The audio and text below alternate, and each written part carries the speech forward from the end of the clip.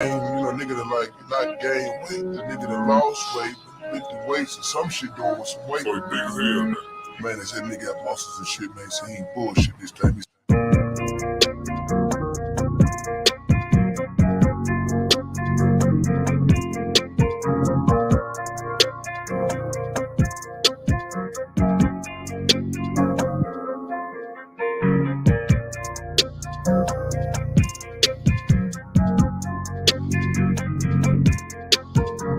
I like red bones, my type, light skin, that's that, hello.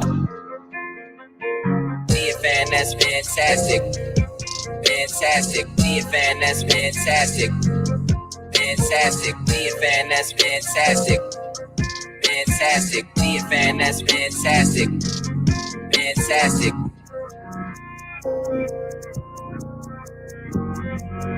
That's good, fantastic.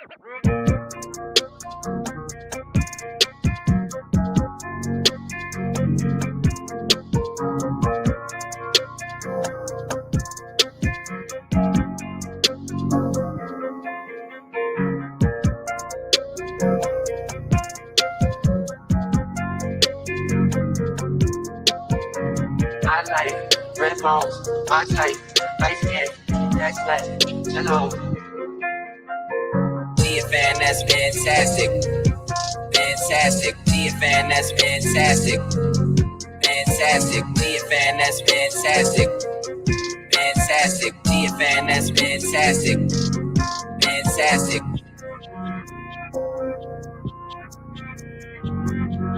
That's good, fantastic.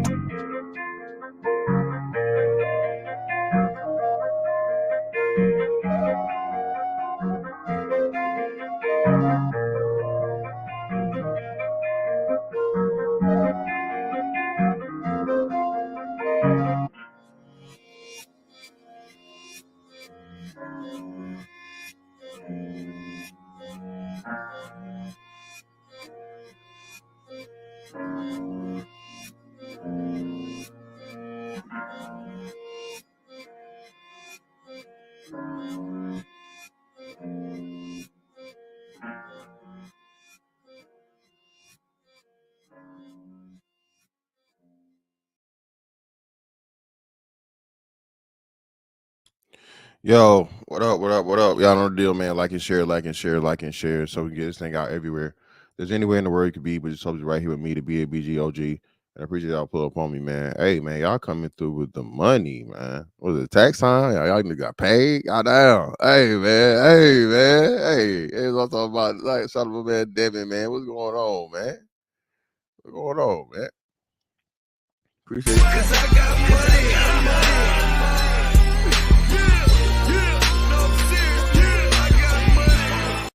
Appreciate Devin for the two, brother. Initially looked like Cam was breaking it up.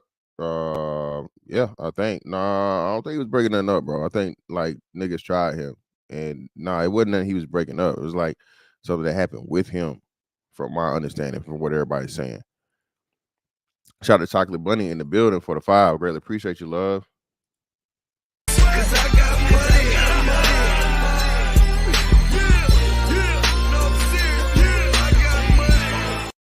Good morning, y'all. Good morning to you too. Shout out to man Brandon Green, always coming through. Cause I got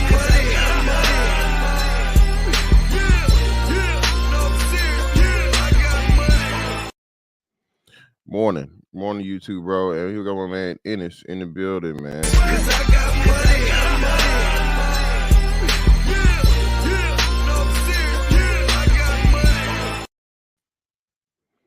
salute to you and my cousin crawling on your wall. That's a damn lie. That's stop the cap, young fella. But let's get into it, man. So I told y'all, man. At the end of this month, or with the 29th, I'm probably gonna do just I guess like a collective stream of the worst Black History Month ever. Um, you ninjas have embarrassed us beyond just I don't even know, bro. It's crazy at this point. And to see, bro, just issue after issue and viral moment after viral moment of making Black people look like the worst people on the planet, bro. It's crazy to me, man. You know what I'm saying? I never gotta get me right, man. I got $100 in there. Hey, man, my man got money, man. Just like Jesus say, God, I got money, man.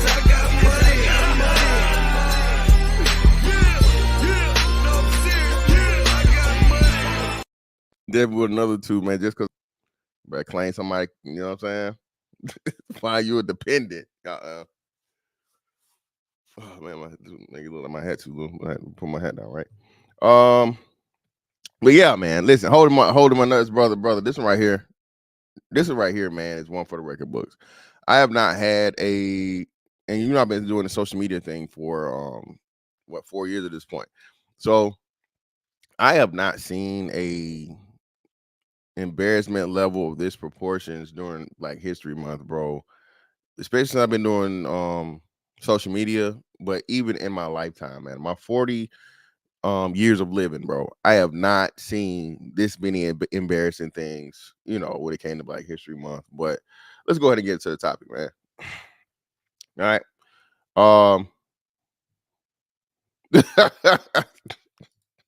shout, shout out to just Dario, man. For the fuck.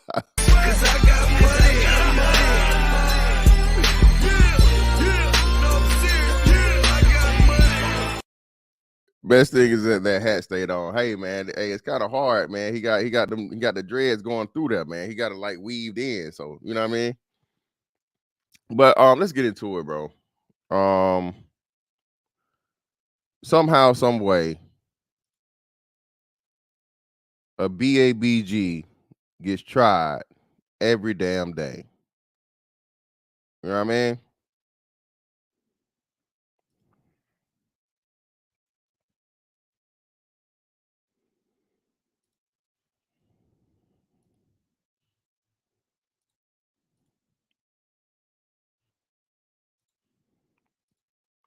And when I saw this, I was like, nah, no way, not Cam, not they trying to jump Superman Cam, but then it just goes to show you, man, what I come to learn, man.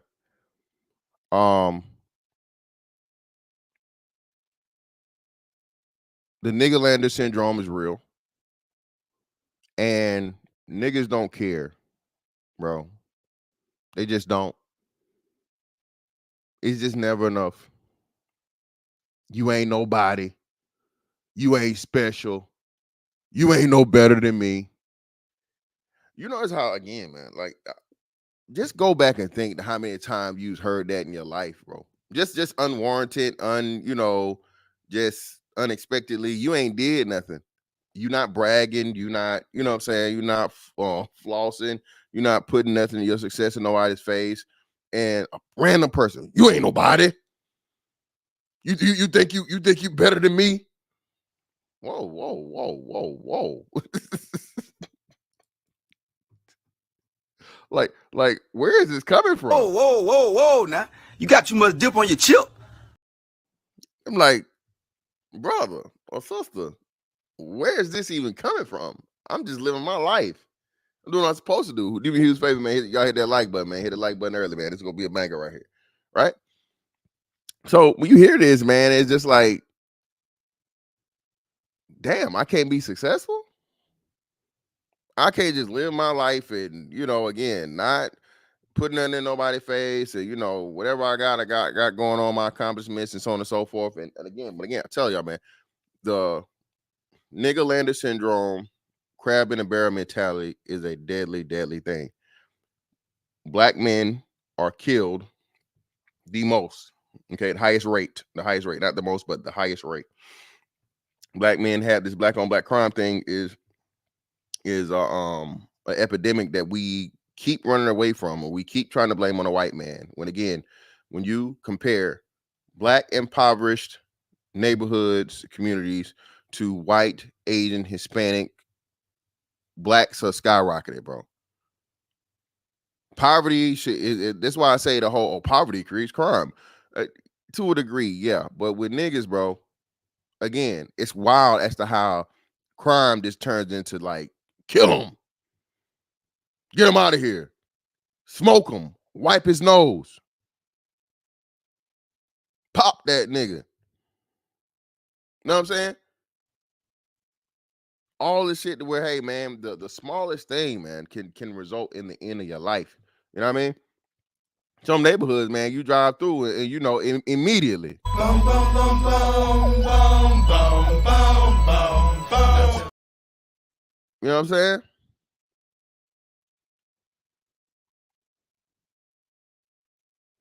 Immediately, bro. So when this shit happened to Cam, bro, I saw it. Of course, I was disgusted, but I wasn't surprised. Shout out to Hoop Jargon. I think Hoop said that on Twitter. Yeah, if I said I was surprised, I'd be lying. But let's just get into it.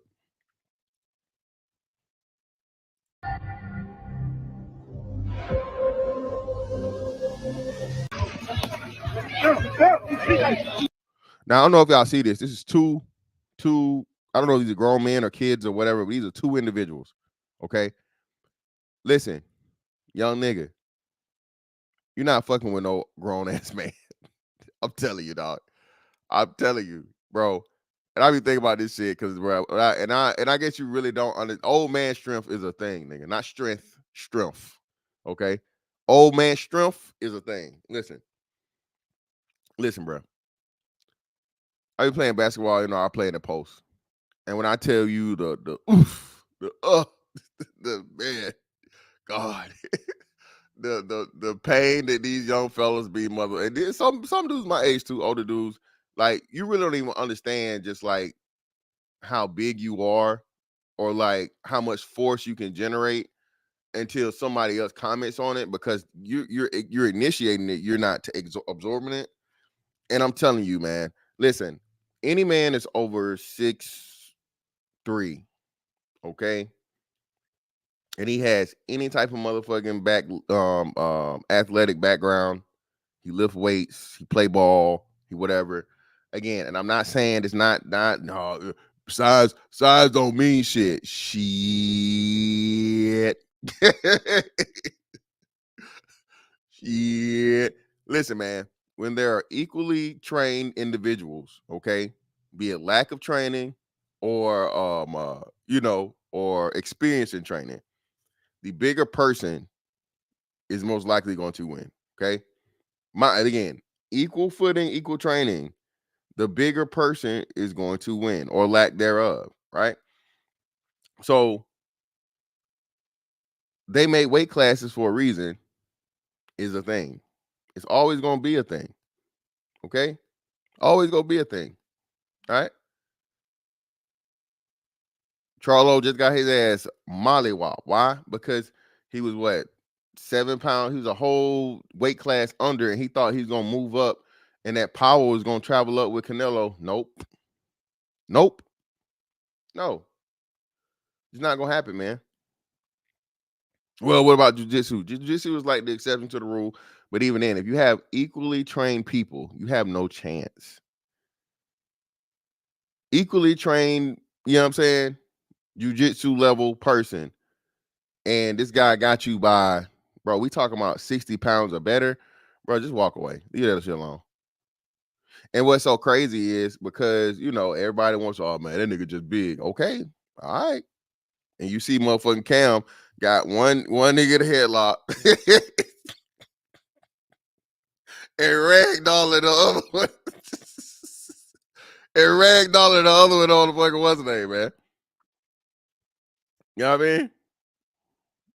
You know what I'm saying? So once you understand this, dog, okay, bro, y'all have bro. I told y'all, bro, I've not had a fair fight in my adult life. A fair one? Just one person? Nah, man. It's always, you know, even when somebody else get in with me, I never forget this one time.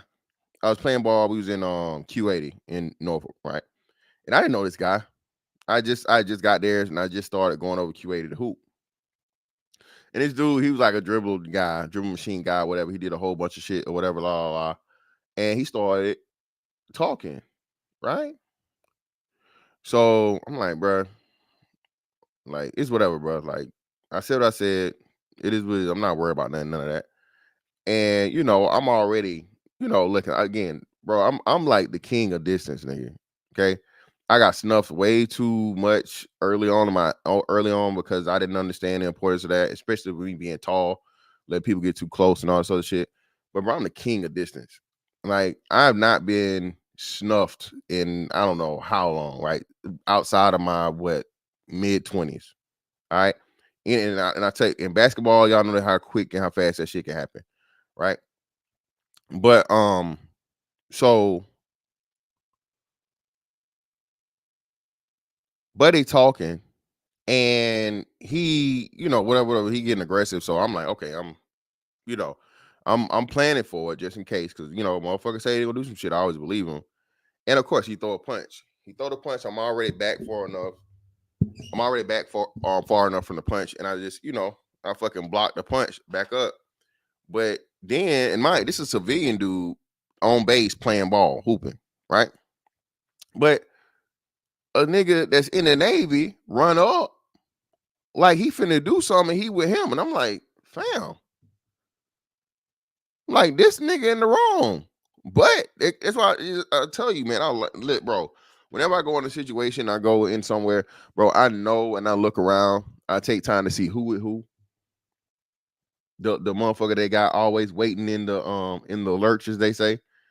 Because smart people, man, you don't always have all your people in one group, so you can tell that everybody with the same person.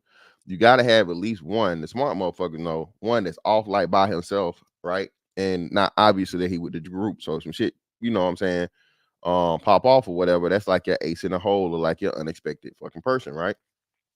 So Buddy run up, and I'm like, damn, fam, I thought we was better than that. He's like, hey man, la la la. And I'm like, all right, whatever. But from that point on, like I said, I understood that hey, now I gotta watch you if some shit ever go down, because you don't even know what happened. You just running up. This ain't his brother. This ain't his fam or whatever. It's just some nigga you play ball with, and niggas just ready to, what I'm saying, to jump. All right. Again, man, I grew up in the 90s, bro. That jumping shit. Again, man, I don't know how, why, but the fair one been over for quite some time. Now I used to be able to shoot the fair one when I was in middle school, high school, but you better not fall. You better not fall. All right? Because if you fall, what's going to happen? We're finna get all other footwork, brother. Nikes, Reebok, New Balance, Saucony. Hopefully ain't no Timberlands. Okay? You finna get all that footwork, brother. If you fall. And I just never understood that. I'm like, why are y'all just gonna random people that got nothing to do with it? That's why, like, bro, you can't fight around niggas. You can't fight around niggas, man. Yeah, man.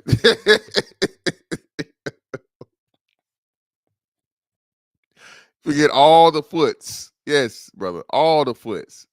Yeah, man. So it's just like, what I mean? And motherfuckers don't understand the A-Town stomp, that was a double entendre, nigga. Yeah, that wasn't just a dance. That was like, hey, your ass falling in that club during that fight, nigga. You definitely finna get some motherfucking shoe tattoos, nigga. You definitely finna get them shoe tattoos. If that club break out that fight break out in the club and you fall, you definitely get you some fresh shoe tattoos, brother.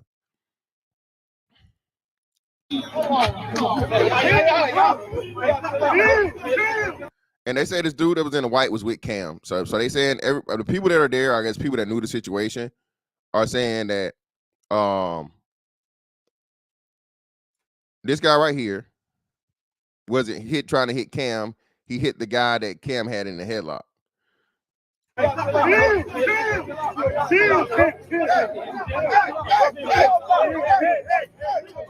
Now, I don't know why, again, bro. And this is what I say, man. Listen, you never enough as a nigga. Never enough as a nigga, bro. Never enough. You never enough. Cam Newton, bro, is a former NFL franchise quarterback, regular season MVP, record breaker and setter for a lot of things at the quarterback position. People still talking shit talking about is Cam a Hall of Famer, bro. It's no way that Cam Newton is not a Hall of Famer, bro. Stop playing. Okay. The dude got he again, like I said, they was trying to juxtapose him with Dak Prescott, right? Or y'all trying to juxtapose him with Lamar Jackson and stuff like this. Come on, man, stop it. Cam Newton is a Hall of Famer, bro. Okay, without a doubt. And again, I wish Cam the best in his desires, but brother, please, brother, just let that shit go. Are you a first ballot Hall of Famer? I don't know. I don't think so. But don't belabor your years and hitting the Hall of Fame, bro. I don't see Cam. There's no reason Cam should be anything past 2 to 3 years removed from being eligible from the Hall of Fame and being in the Hall of Fame. No way. Just no way. And again, I'm not a Cam Newton fan. I'm not a fucking Carolina Panthers fan. Again, I'm just looking at that man's body of work, bro, and what he did. And again, a little B.A.B.G bias. Come on, bro. Why would we even do that? But again, bro, Cam Newton, former franchise MVP, NFL quarterback, future Hall of Famer, takes time out of his life to sponsor, to show up, to participate, to educate, all these things. And this is how niggas repay him.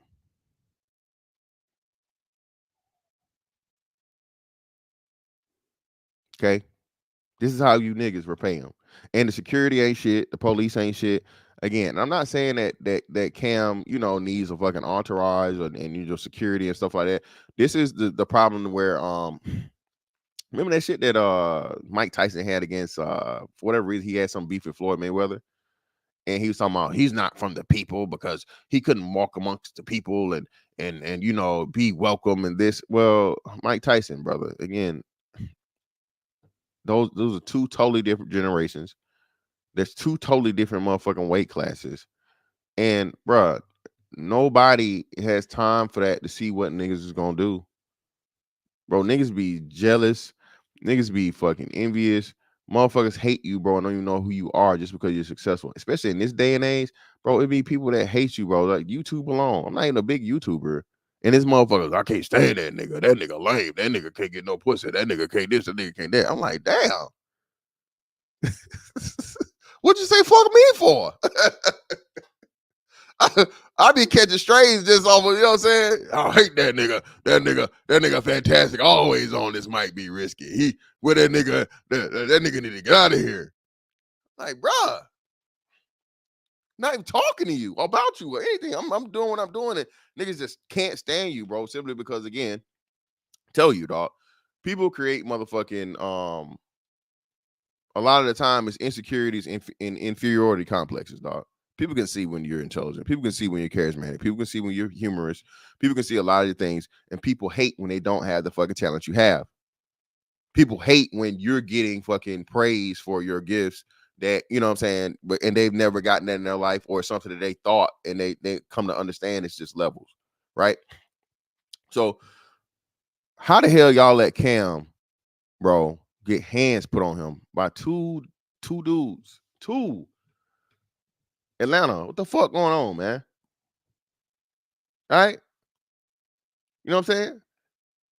But again, as nigga, it's never enough. You can give your time, you can give your money, you can give your knowledge and wisdom. You a nigga. How dare you show up here like I'm supposed to give you some kind of respect, nigga? You ain't nobody. Nigga, you used to be in the NFL, nigga. You washed up. We gonna get to that too. We gonna go to that old clip too. You washed up, nigga. brother, if you are attempting to participate in 7-on-7, more likely than not, you have some aspirations of an NFL career. Who better to give you the keys or suggestions to how to get there than a former franchise MVP quarterback? But niggas can't see the large picture. Why? Because they looking at you and you a nigga. This is why we talk about so much the detriment that single mother households cause to black boys. Is because more likely than not, the mother is going to have a disdain for, sometimes a downright hatred for black men, and that's going to bleed over into the boy. That one black woman is never going to say anything positive about black men, which again, what that son is going to grow up to be. So you're literally installing self-destruct software into a future young black man. I'm gonna say this again. Not saying it's super duper deep, but listen to what I'm saying. Black women install self-destruct software into young black boys due to their disdain for black men. It is that deep. This is why the fucking, violent crime and murder rate and all this other shit is sky high, because the women hate these niggas, even though they getting pregnant by these niggas. And then they teach the little niggas to hate niggas. So you grow up, and like you said, man, this is one of the things. Charleston White may be crazy, you know what I'm saying? This guy right here, you know what I'm saying? But a broken clock is right at least 2 times a day, right? There in that cell by yourself, nigga, sometimes you gotta jack off with butter. Sometimes you gotta jack off with the fruit cocktail juice that they put on your tray. Sometimes you gotta fuck the pillow. As wild as this character can be, man. Shout out to Charleston White. He said, hey, especially not no black man, I'ma kill your ass. That white man tell me something, he's all, fuck that nigga, la la la. But a black, you nigga, you dare try and motherfucking have some type of control, rank, or motherfucking authority over me, nigga, I'll kill you, nigga.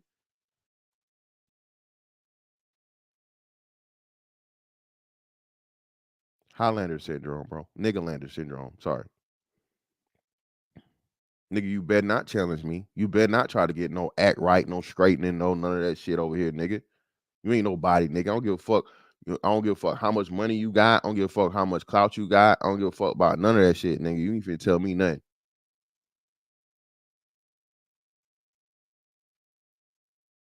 That's instilled. Who that sound like? You ain't the boss of me. You don't run nothing over here. Your money don't mean nothing. 100K ain't no money. See the translation? Don't nobody do this shit better than me, man. Hit the motherfucking like button, nigga. I gotta get on y'all niggas' ass now. Hold on, fuck going on. Come on, bro. Let me make sure I'm allowing y'all. I gotta refresh my screen. Let me refresh my screen. I got 75 likes, man. I got like what? 100. I got 150 people, bro. Y'all cheat me on half my likes. Nigga, this ain't no goddamn 50% discount. What the hell going on, man? Hit the damn like button. If you lie, you steal. If you steal, you'll kill. All right? That's the murder man thing.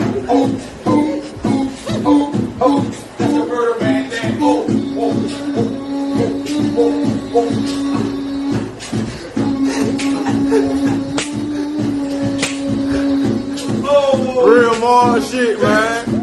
That's why more bodies, man. Cats was on some of these super chats. Shout out to my man SKC with the membership message. You're too down with the gangy. You're one of my members. Cam got jumped. Yep. Yes, indeed. Yes, sir. Yes, he did. Shout out to my man Purple Haze for the 5. Greatly appreciate you, brother.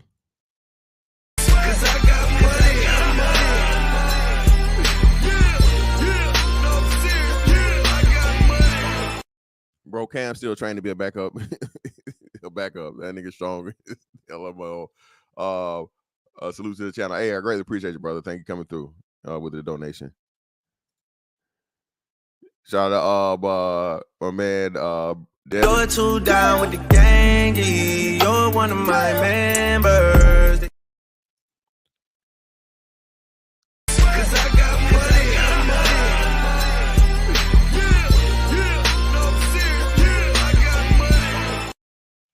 Shout out to man, Lord ADS for the 10. I greatly appreciate you, brother.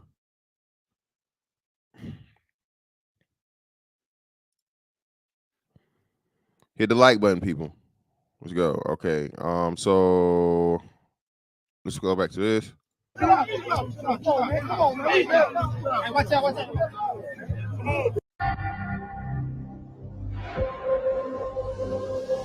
And again, man, shout out to Cam for not painting these guys, man.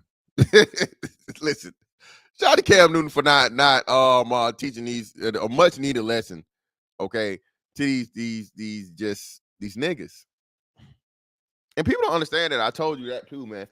Bro, a lot of times, man, most dudes ain't that. Or there's some ruthless ass niggas out here that's gonna make you pay the price for raising their hand all the time. Yeah, they are. As they should. Again, man, if you want to motherfucking make everybody else leave you alone, somebody has to pay the ultimate price. Okay? Somebody has to be that sacrificial lamb to see what's gonna happen if you motherfucking get in a fight with me. All right? Oh, that nigga just big. That nigga just that. Well, no. Nah. I don't know. You saw what happened to the last nigga? You saw what happened to the last nigga? No, what happened? Hey, man, nigga he's an ambulance. That nigga had to go leave in the ambulance, bro. Bro, listen, at this point in my life, in this stage of my life, if you force me to fight you, bro, I have to at least give you that motherfucking ambulance ride.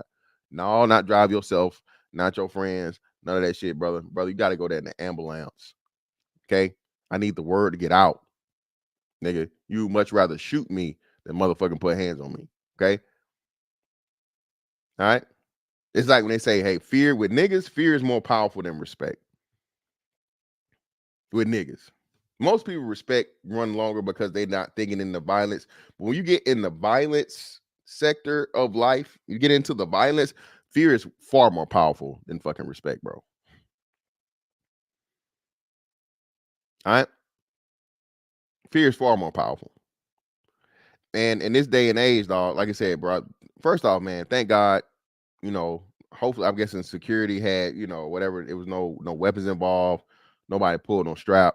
Thank God for that, man. And shout out to Cam, man. Thank God that Cam Newton is still, safe and nothing crazy or whatever, what have you. But let me put on B.A.B.G hat on for a minute.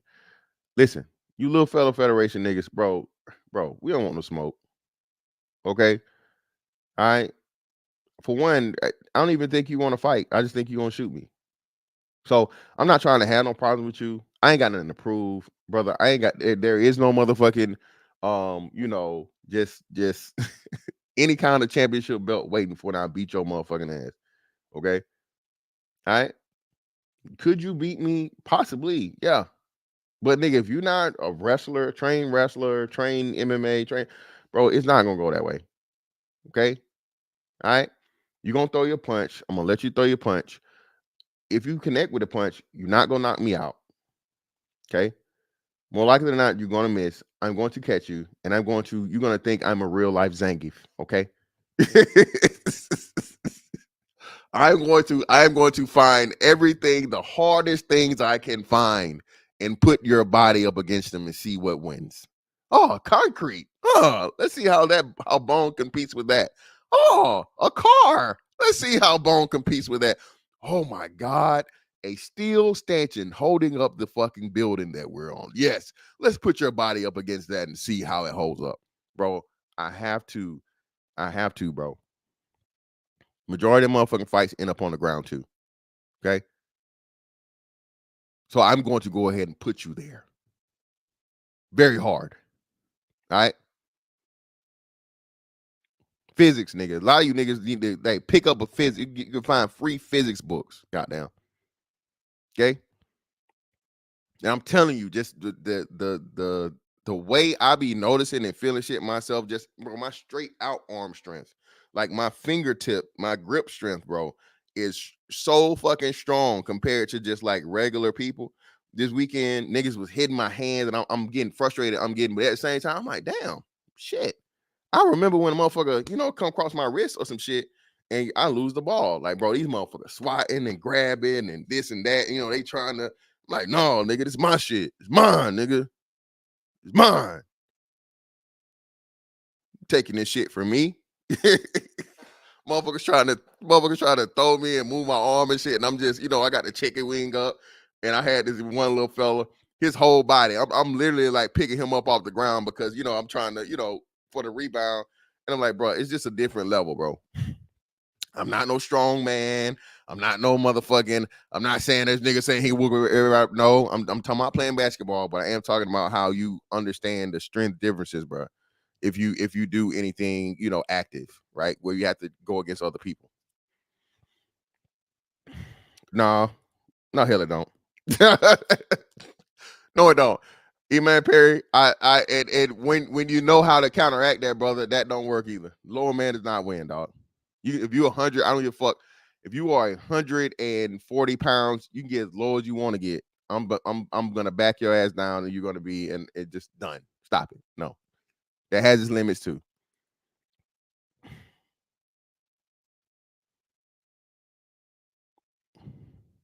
Red Pill Ranger is not me, brother. You correct. If he some string bean ass nigga, some tall, skinny string bean ass nigga that don't know what he's doing, yeah, he don't know nothing about sprawling. He don't know nothing about counters. Yeah, but yeah, I'm again, like I said, if you over 250, bro, and you 6'3" over 250, most people don't want that fight. Well, that's what I'm saying. So you that's what I'm saying, brother. You are a rarity, brother. You're a rarity. So you have a chance. It's people that got those things too, bro, that get their ass whooped too. Now, listen, that's what I said, equally trained. I don't know where you came in at, but equally trained. So somebody with equal training than you, I'm pretty sure you're not trying to fight nobody that's 200 pounds that has equal amount of training in BJJ and boxing. You are a rarity, brother. 32 years is wild. It's crazy. So like I said, you're gonna surprise some niggas. All right. But brother, I'm telling you right now, if I see yo motherfucking ear looking like hamburger meat, brother, because you said motherfucking BJJ, hey, you know what you getting. Listen, I don't give a damn how tall you is, how big you is. Nigga, I hope you wore the fucking the wrestling muffs, the ear protectors, because you come up to me talking shit with the motherfucking mutilated ears, nigga. All I got for you is fire. No, I don't want to fight nothing. All right? You can walk away and win, or you can limp away and move, bro. No, I got too much to lose. I had no way. This nigga say he 5'6". No way. There's no way it's about to be video out here of some motherfucking 5'6" nigga with me in a pretzel. My motherfucking ankle up by my ear. Shit. No, hey, brother, back up. Them ears tell every time. 32 years, nigga. I know your ear some kind of deformed, nigga. 32 years of fucking BJJ. Yeah, your ear looking like motherfucking, yeah. No, brother. You got bigger problems fucking around with me. I know the deal. I know the secret, nigga. No, E-Man Parrot, no, they don't. No, they don't. Y'all gotta stop. We finna handle this today. It's not plenty. It's not plenty.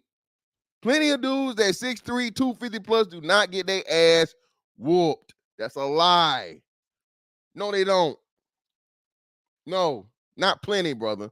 The few you may have seen, and I promise you hadn't seen more motherfucking lose than win.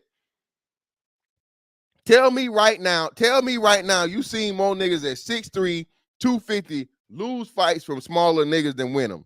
Tell the lie. Go ahead and lie. You might make it then, bro. You use ear guards. You ain't got no motherfucking fucked up ears. You might get one in on, but listen.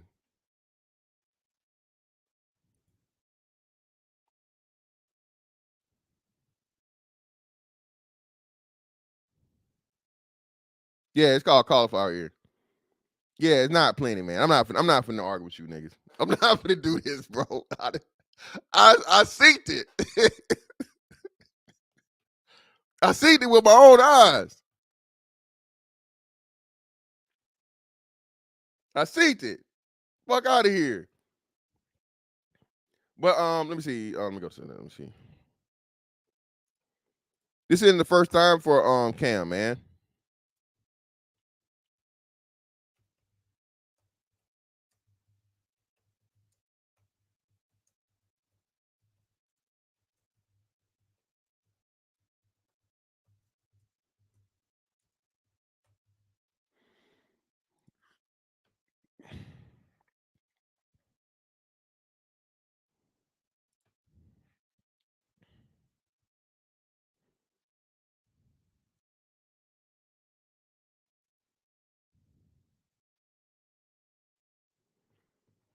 You guys remember this? This was, let's see, when was this? What the fuck? Jesus Christ. When was this? This was 2021. Right? You guys remember this story? This isn't Cam's first situation. And at some point, we had to start asking the question, when could Cam quit? When could Cam just say, I'm done with this shit? Cam ain't got nothing to prove. Cam don't owe these young niggas nothing. Cam got his own kids. Look what Cam got, like what, 5 kids now, or 5 and 1 more on the way? How many kids Cam got? I know he got a baby on the way. You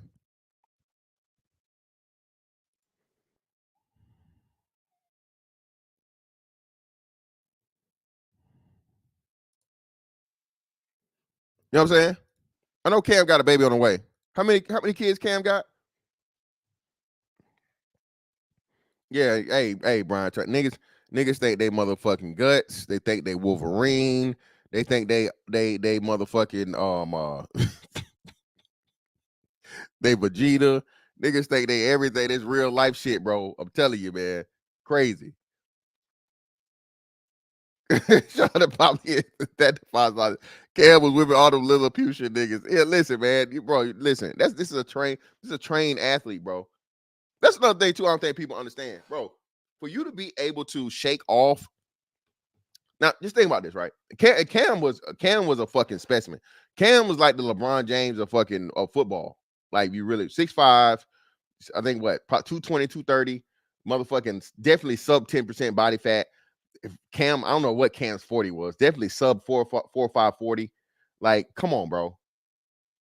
This dude was a fucking, like, a physical specimen that's shaking and shaking off 300 plus pound fucking linemen with the same motherfucking, sub 4 foot 40s, repping motherfucking 225 50 times, crazy shit like that. And this man is able to motherfucking get from the grip or take hits from that. Bro, you're a regular civilian, nigga. You have no chance in hurting Cam Newton, nigga. Best thing you can do with Cam, the only thing you can do with Cam for the most part is defy. Not wishing that, not saying that or whatever. So I'm glad that didn't happen. But bro, you're not hurting Cam Newton, bro. Unless you, like I say, on some trained fighter, MMA, whatever. Say, and like I said, I don't even know about a boxer, depending in certain weight classes. You know what I'm saying? Everybody done see, here we go. The little fella federation gotta fucking put up there your stories, yo 6 foot niggas. All 6 foot niggas not built the same. And I'm telling you, man, I'm still not buying it. Stop the cap. All right. I know plenty of 6 foot niggas, bro, you do not want to with. Okay? Regular everyday motherfuckers, bro. All right. Regular everyday dudes. And again, I told y'all, B.A.B.G starts at like 6'2", 6'3". Okay, no disrespect, but B.A.B.G starts at like 6'2", 6'3". 6 feet is like, okay, you hit, that's the tall threshold. You're not really tall at 6 foot. 6 foot is not really tall. For real. Okay. Shout out to OG. Y'all said OG was motherfucking 5'11". Now OG like 6'1", some shit. But again, you can see the difference, bro. Like I said, when a motherfucker start hitting at 6'3", everybody can tell you're tall. You literally stand out amongst the crowd because you're looking over everybody. If you're in a crowd of people and I can see the top of your head, you know what I'm saying, or whatever, or your eyes, especially your eyes. I can see your eyes above everybody else's. You're tall. They usually start at around 6'3". 6 foot, you blend in or whatever, so on and so forth, not really gonna stick out. But you're 6'3" and above, everybody, you're gonna be able to see everybody, and everybody can look out and see you.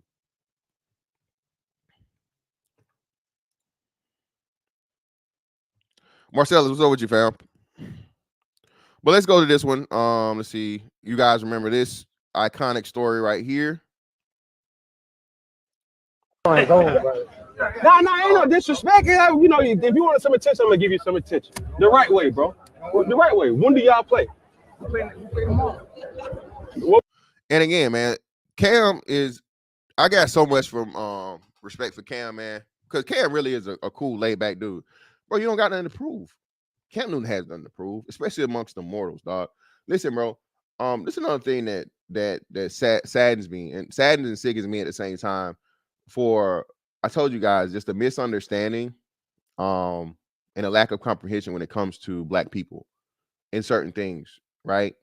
Certain goals, certain milestones, certain accomplishments, the importance of them, right? You know, this is why I hate when niggas be like, oh man, 6 figures ain't no money. 6 figures ain't no money. If 6 figures wasn't no money, why are what 8%, 7% of black people making it? If it wasn't no money, why the fuck is 90+% of black people not making it? Why?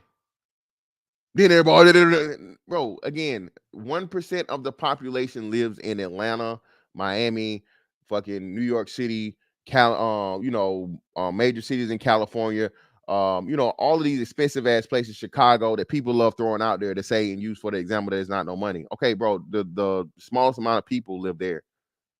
Those are very, very densely populated areas, but again, still, they don't make up more than the whole state in most cases.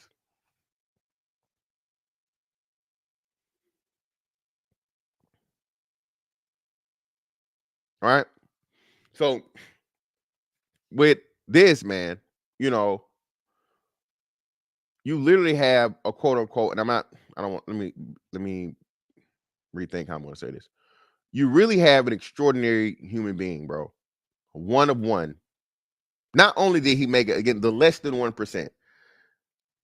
Professional athletes make a point something. I don't know. If somebody, one of you brothers know what it is in the thing, let me know. I don't know. But 0.0 whatever percent, just nationally. We're not even talking globally. But 0.0 something percent of professional athletes. Okay.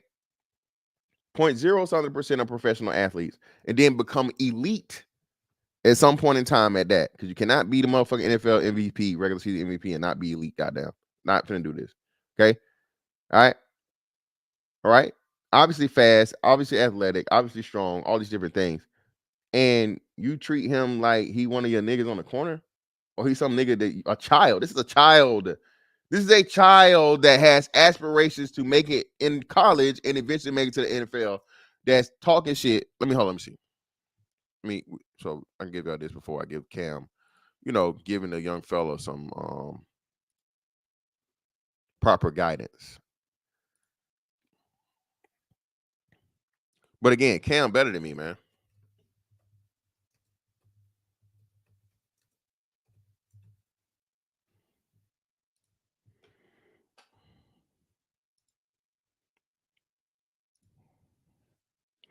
Here we go. 1 second. Let's switch over this so you guys can get the full context.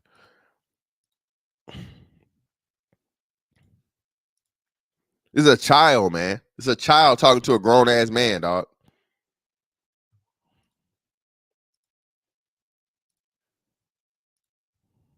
You asked. You're a free agent. You're a free agent. You're a free agent. You about to be poor. You about to be poor. I'm rich. You about to be poor. I'm rich. You're a free agent. You're a free agent. I'm rich. He's a free agent. Where's your daddy at? Let me talk to your dad. Let me talk to your dad. Where's your dad? You're a free agent. Where's your dad? You're a free agent. You're a free agent. You asked. Talk to. Let me. Where's your dad? Where's your pop? You asked. And again, bro, you see the level of disrespect. And this guy had a father. He had a father because his father made his ass motherfucking apologize. Right? Okay. But it's the nigga Lander syndrome and him hanging around other niggas. That's why I tell y'all, why we worried about what they do with their pussy? Why we worried about what the children they have that ain't yours? You dumbass nigga, because it affect all the other children around them. Why do you think all these boys want to grow up to be motherfucking rappers and trappers and scammers and all this fucking bullshit? I don't give a fuck how good your household is, man. It's very difficult to be more of an influence outside of your house than motherfucking inside when the outside is around more than you are. At the very least, what? Your ass working them 8 hours a day. For those 8 hours, okay, your child is around other children trying to fit in, peer pressure, social acceptance, all this shit, right? You come home, what? Y'all don't nobody eat dinner together no more. Nobody motherfucking sits down at a dinner table. I don't even know how they still selling dinner tables at goddamn at furniture stores. Nobody eat no dinner no more. Nobody sit down and talk about their day. Then you motherfucking sleep for 8 hours and do the same shit. On the weekend, they ain't trying to, teenagers, they not trying to be around your ass. Teenagers? Shit.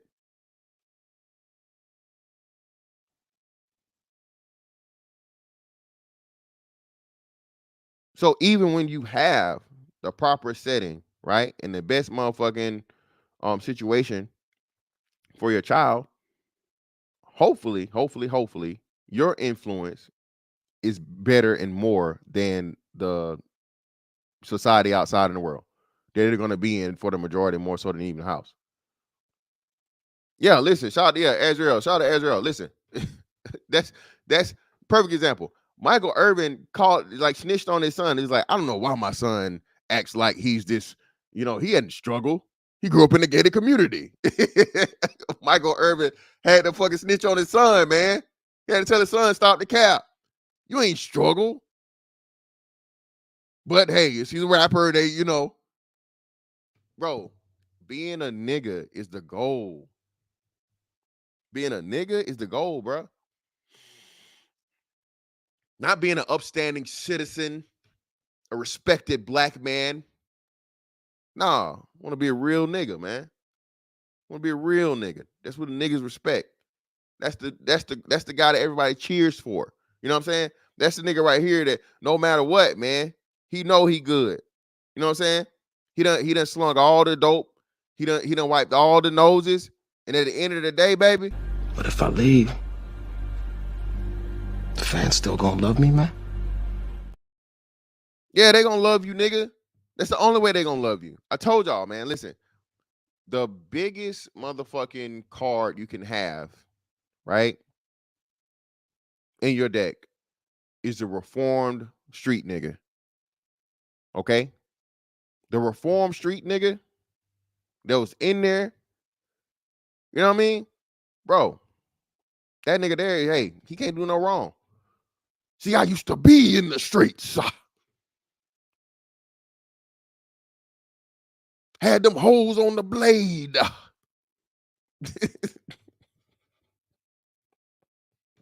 You know what I'm saying? Them pimp pastors, man. You know what I'm saying? You got gangbanger motherfucking motivational speakers. Prison niggas love hearing prison stories. Not hating, but again, bro, prison tube is huge, nigga. I don't think you find a fucking prison channel that's got under like 100K subs.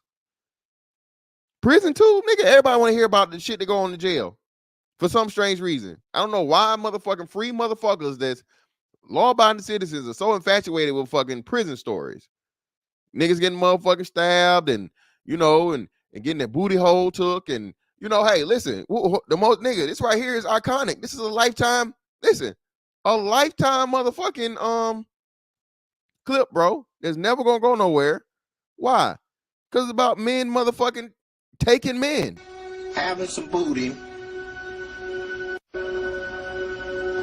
was more important than drinking water, man. Shout out to Darren Jones. Yeah, what? The trapper? What's the dude? The dude that the trapper fucking economist or something. Wall Street Trapper. That's what the Wall Street Trapper. Niggas go to jail, niggas go to prison, and somehow bro, if you got the prison, goddamn, bro, you got the prison tag on you, nigga, you priceless. Niggas do the same thing out in the real world. Oh, nigga, you lame as hell. You lame. Ain't nobody trying to do that lame ass shit. Niggas do it in jail. Oh my God. Look at the perseverance, and black men can do anything. And like, nigga, what? You mean to tell me I gotta lock myself in a room and sharpen a toothbrush? Motherfucker, make my ways with a fucking tater chip bag? Yeah, tater chip, nigga, tater chip. I gotta do cook-ups and shit and be locked in for y'all niggas to acknowledge what I'm doing, like, the right way?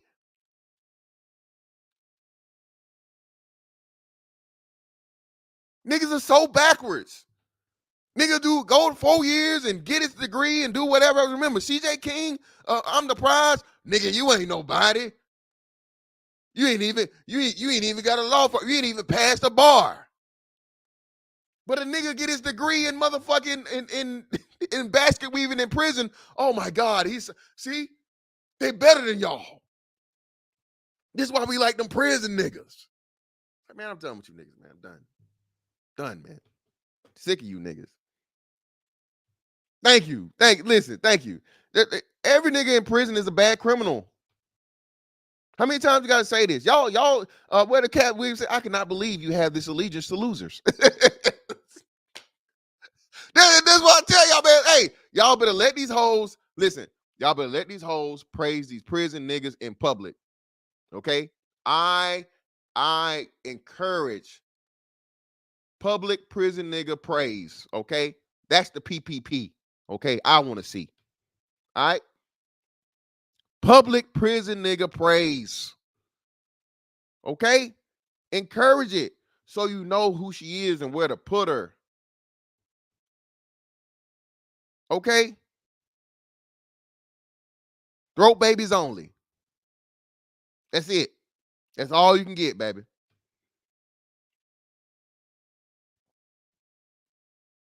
Ain't no y'all working. No, brother. No. That's what your lame ass saying to try and motherfucking, belittle my point. My very fucking extravagant, detailed, and you know what I mean? You know what I mean? You just trying to belittle my shit because you're not smart enough to say any of this shit your own self. So you gotta watch what I do and then try to make fun of it because you're a lame ass, dumb ass, no talent ass nigga. Okay? I do this shit for real. I can explain myself extremely well, okay? And all these concepts and things, right? I don't care about the bitch, okay?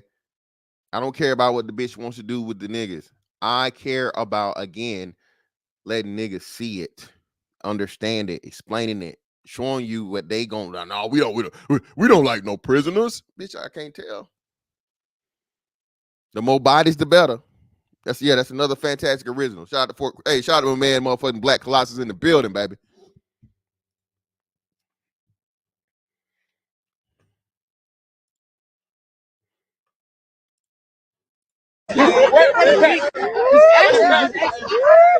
Ain't no disrespect. If you want some attention, I'm gonna give you some attention. The right way, bro.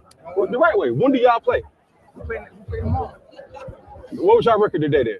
1-2. No, 2-1. What did you do? I wasn't able to see because y'all was too. Cameras on me. All right, bro. What did he do, man? Does he play? He got speed. He got speed. No, he's like his speed. Oh. You gonna see? Huh? You gonna see? Nah, you ain't. Don't act shy, nah, bro. Don't act shy. I'm asking you. I don't want to.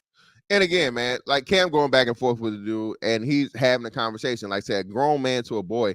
And a lot of times, man, I'm telling y'all, dog, I learned this. A lot of niggas, and what's they had the same. Remember I told y'all the story, and I come to find out Patrick Beverly had a similar story, right?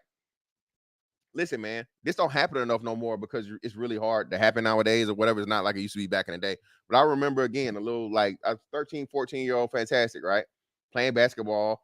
Me and this dude was the same size. So I'm not thinking about this. And I wasn't super tall at this time. He's just a short, grown-ass man, right? I'm playing basketball or whatever, and Buddy missing the shot and and all this other shit. And I'm talking shit and I'm talking. And boom!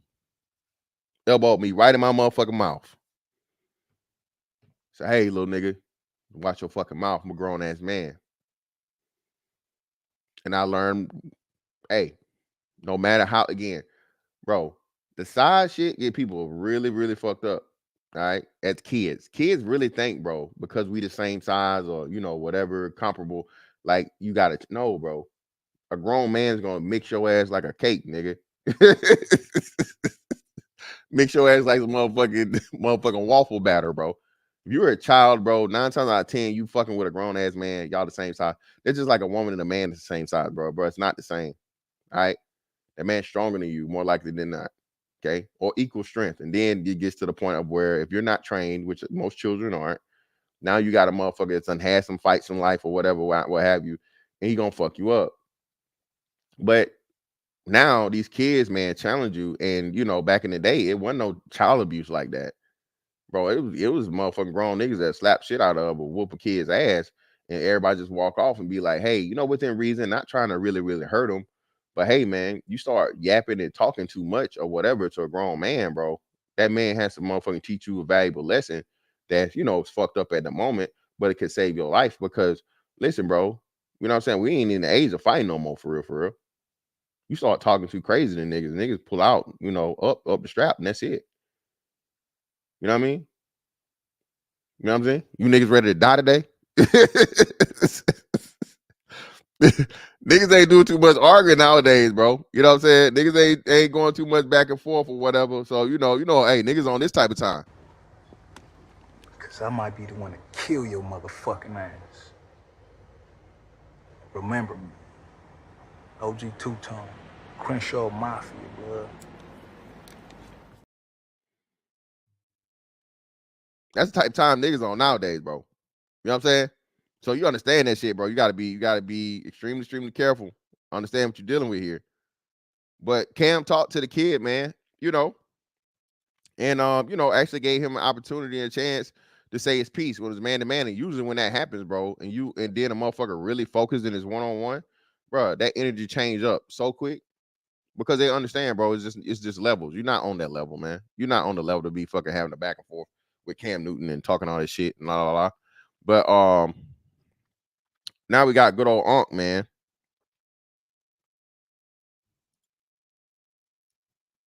Actually, let me do this. Now we got good old Unc covering this, man. Shout out to Shannon Sharp. And listen, bro, like I said, as men, black men especially, bro, we do not have to be 100% agreed, nigga. Okay? If I see a black man is doing something successful, all right, doing something motherfucking, what the fuck? If I see a black man doing something successful, right, or whatever, and it's legal and it's whatever, I'm going to support him, period, right? I'm going to support that man. I'm going to support him. I'm going to support that man. Why? Because we need the motherfucking image of the black man to increase. We need the image of the black man to spread, right? Not just no motherfucking drug dealer, killer, gorilla type shit. All right? So I don't have to agree with you completely politically. I don't have to agree with you completely religiously. Bro, I just need you to be a motherfucking nigga that's not out here making us look bad. All right? And the more we get this understanding, right? And get out of this bullshit is where that nigga lame, that nigga this, that nigga that, because he has this point of view in life, bro. The better and the faster the image of the black man will motherfucking improve, bro. And then we can help get in bigger, higher places to put more black men in the same motherfucking positions. You know what I'm saying? Let me get to these super chats before we jump into that.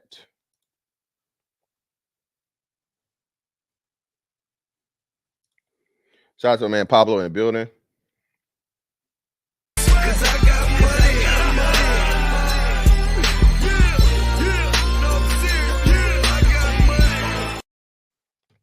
Shout out to Pablo for the 5. Cam is a former MVP, Heisman Trophy winner. The culture of disrespect for even successful black men is shocking. Yeah, I'm telling you, Pablo, hey, still a nigga, right? Shout out to my man, an ancient man. Appreciate your brother. Ain't nothing but some money. Thank you, ancient man, for the 20.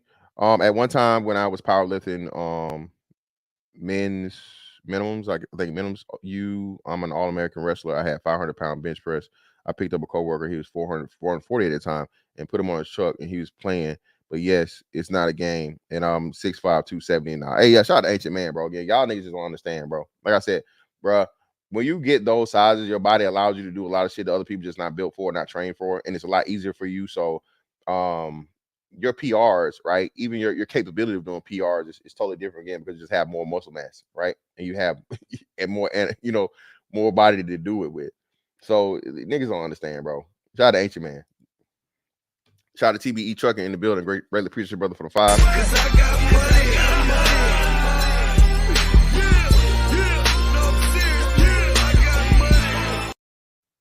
Yep, and that's exactly what was said. You'll never see that at Peyton Manning's camp, and that's exactly what was said here. And I said that shit last night. Matter of fact, let me do this. I showed y'all this, but I didn't show my joint. So let me show this. Real quick, let me stop sharing this. Go back and share this. My Twitter. Make sure y'all follow me on Twitter, man. If not already, baby. You know what? You know your boy bringing that fire everywhere we go. Let me see. No, you niggas gonna deny it, but hey. What don't get talked about is that 99% of niggas over 6'3" never just fight one nigga. The life of a B.A.B.G. This is also why people get rich and leave niggas alone. Tom Brady and Peyton Manning ain't never got to worry about no shit like this. Again, worst Black History Month ever. Yeah, man, it's crazy. Sick of you niggas.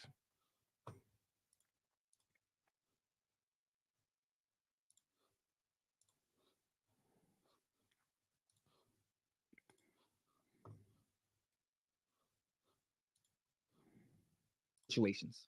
Many of times I have seen clips, not just forget this fight here. Many of times I've seen players, I've seen coaches, and I've seen parents disrespect Cam Newton at these camps, 7-on-7 camps that he's on.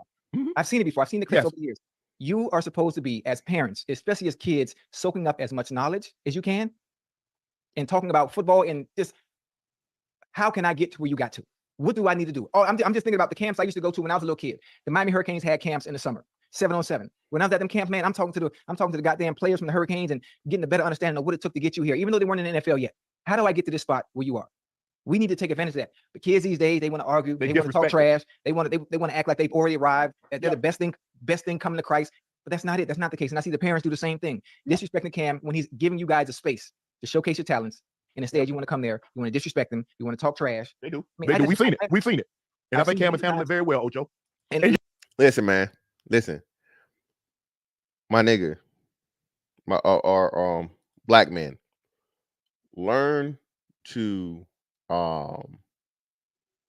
teach people the harsh lesson of the value of your absence, or the value of your presence, rather. The value of your presence and the deficit of your absence. I'm sorry. So teach ungrateful motherfuckers the value of your presence and the motherfucking deficits of your absence. As soon as, and this ain't just for Cam, this is for you, bro. As soon as a person, okay, family members included, them niggas especially, family members especially, start like just under or devaluing your contribution to their lives, bro, pull back. Pull back. Right? Ghost they ass. When you know that you're fucking valuable and you bring something that like this person cannot get outside of you for the most part, and they don't motherfucking acknowledge it, respect it, thank you for it, bro, just leave that shit alone. You done your part. Cause listen, one thing you can't say, and I told y'all, man, the Black man never gets credit for the level of bullshit we put up with and the motherfucking Iron Man, Juggernaut, Incredible Hulk, motherfucking attitude we have to, well, if I just do more, they'll love me. They'll care, they'll see, they'll get it. No, they never gonna get it, bro, until you stop doing it.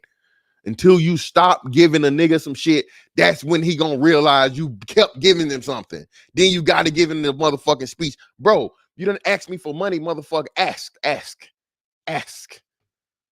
You done ask me for money, damn, 10 times. This is number 11, brother. You ain't paid me back none of the 10 times before. No. Oh, man, we talk about, man, we gonna keep up. Yes, nigga, we gonna keep up with it, nigga. Yes. How about this? You just pay me back motherfucking 2 of the 10, and then I might fuck with you on the 11th one. Until you pay me back that 2 of the 10, bro, don't ask me for shit else, bro. You know what you never got to worry about again? That motherfucker being around you at all.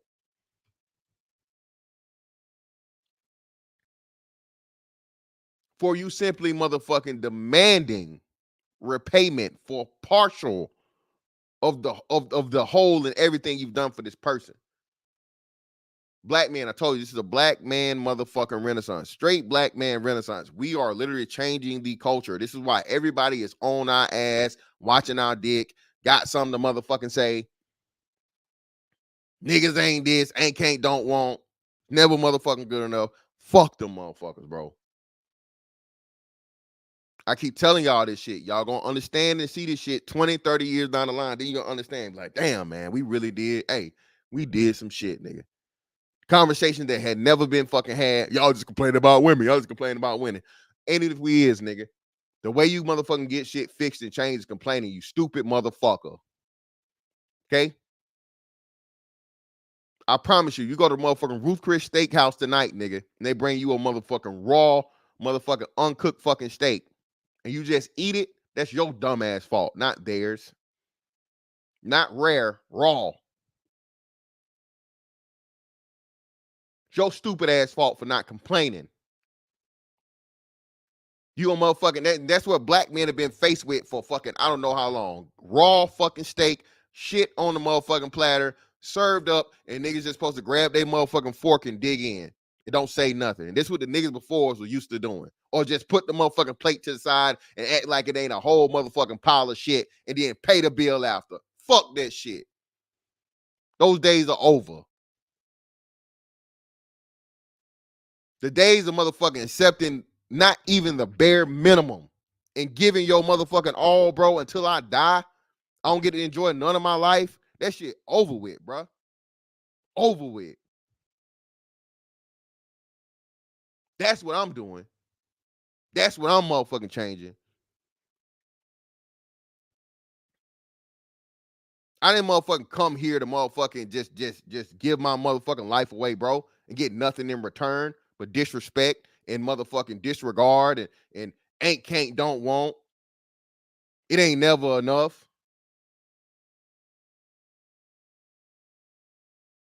Fuck I look like. I ain't Boo Boo the Fool or Willie Lump, goddamn.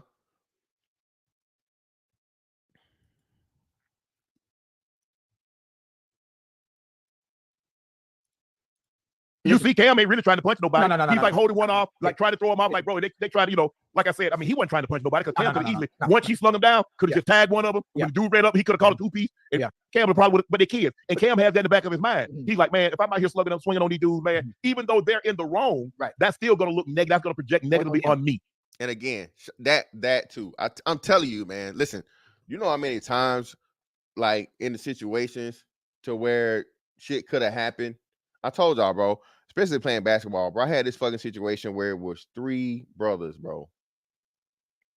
The oldest motherfucker wanted to talk shit or so on and so forth. And the middle brother, right? So you had the older brother, the middle brother, and the younger brother. Somewhere ages from like 17 to 18 down to like probably, I want to say 11 or 12. I'm talking to the older brother because me and him getting into it on the court. He talking shit and he talking about him playing football and being able to do this and that. And I'm like, bro, I don't give a fuck about none of this shit you talking about, bro. Like, I hear you trash, nigga. You on the motherfucking court and you trying to talk to me and you trash. You don't fucking, you not a fucking basketball player. You a football player.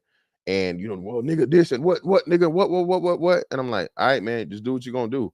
You know, like, I'm on a military base, so I'm like, hey, I can't motherfucking just steal off on this possible kid. You know what I'm saying? I don't know if he was 18 or 17, but you know, I can't just swing off on this fucking possible kid, you know, on the camera. I gotta let him do something first, and then, you know what I'm saying, hey, then I'm gonna wash your ass up. But the thing was is that his brothers got into it, right? The little kids got into it, and I'm like, look, bro, his the middle kid threw a fucking towel at me, or he swung a towel and hit me with a towel.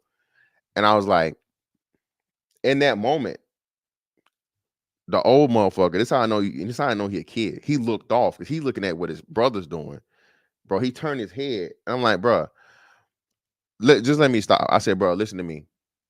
It's a teaching moment, bro. Listen. You sucking as a big brother right now. You letting your children get into shit with grown men, right? And you supposed to be protecting them. Now, yo, you gonna do that to my brother? I'm like, bro, I didn't say that, but if I wanted to, there's nothing you can do to stop me. I'm like, bro, you just turn your whole head to look at him do that dumb shit. Bro, I promise you, I would have knocked like clean out, dog. Like, you wouldn't have had no chance.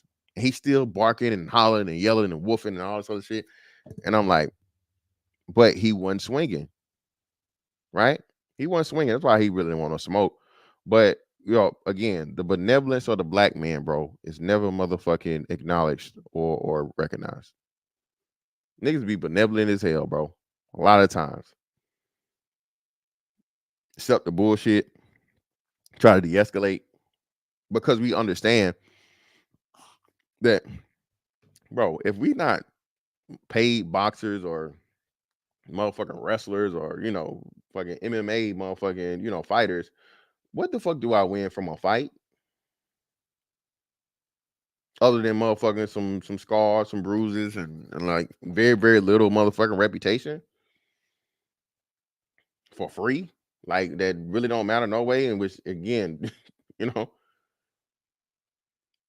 black men never get credit for that shit, man. They're just letting a lot of shit slide because it's not worth it, and it's much more of a fucking So again, like they said with Cam, bro, Cam had every right, dead the rights to just pain the hell out of these kids, man. If they were kids, because when I saw him, that one dude out there he let go, didn't look like a kid to me. I don't know. But not doing it, man. You know what I'm saying?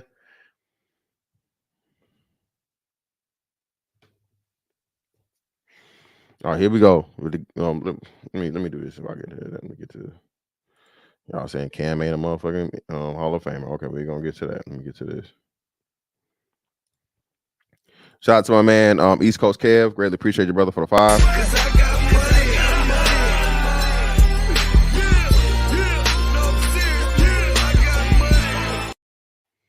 People had the nerve to get mad at Deion Sanders for leaving Jackson State. Degenerate behavior with degenerate niggas. Yep. Never lie, brother. Shout out to Doug Will for the 5. Only give family money with one contingency that they only get to ask once. Hey, shout out to Charles Barkley.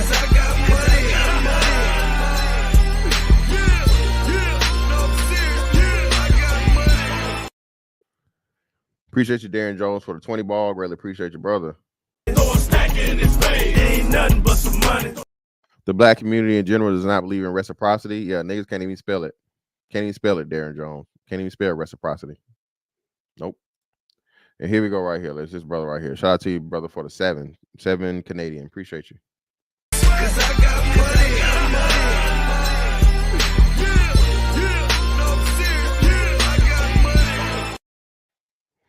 Cam is not a Hall of Famer. 1 MVP season and 2 solid seasons. Then out of the league in his prime years. NFL has a different bar than the NBA, brother.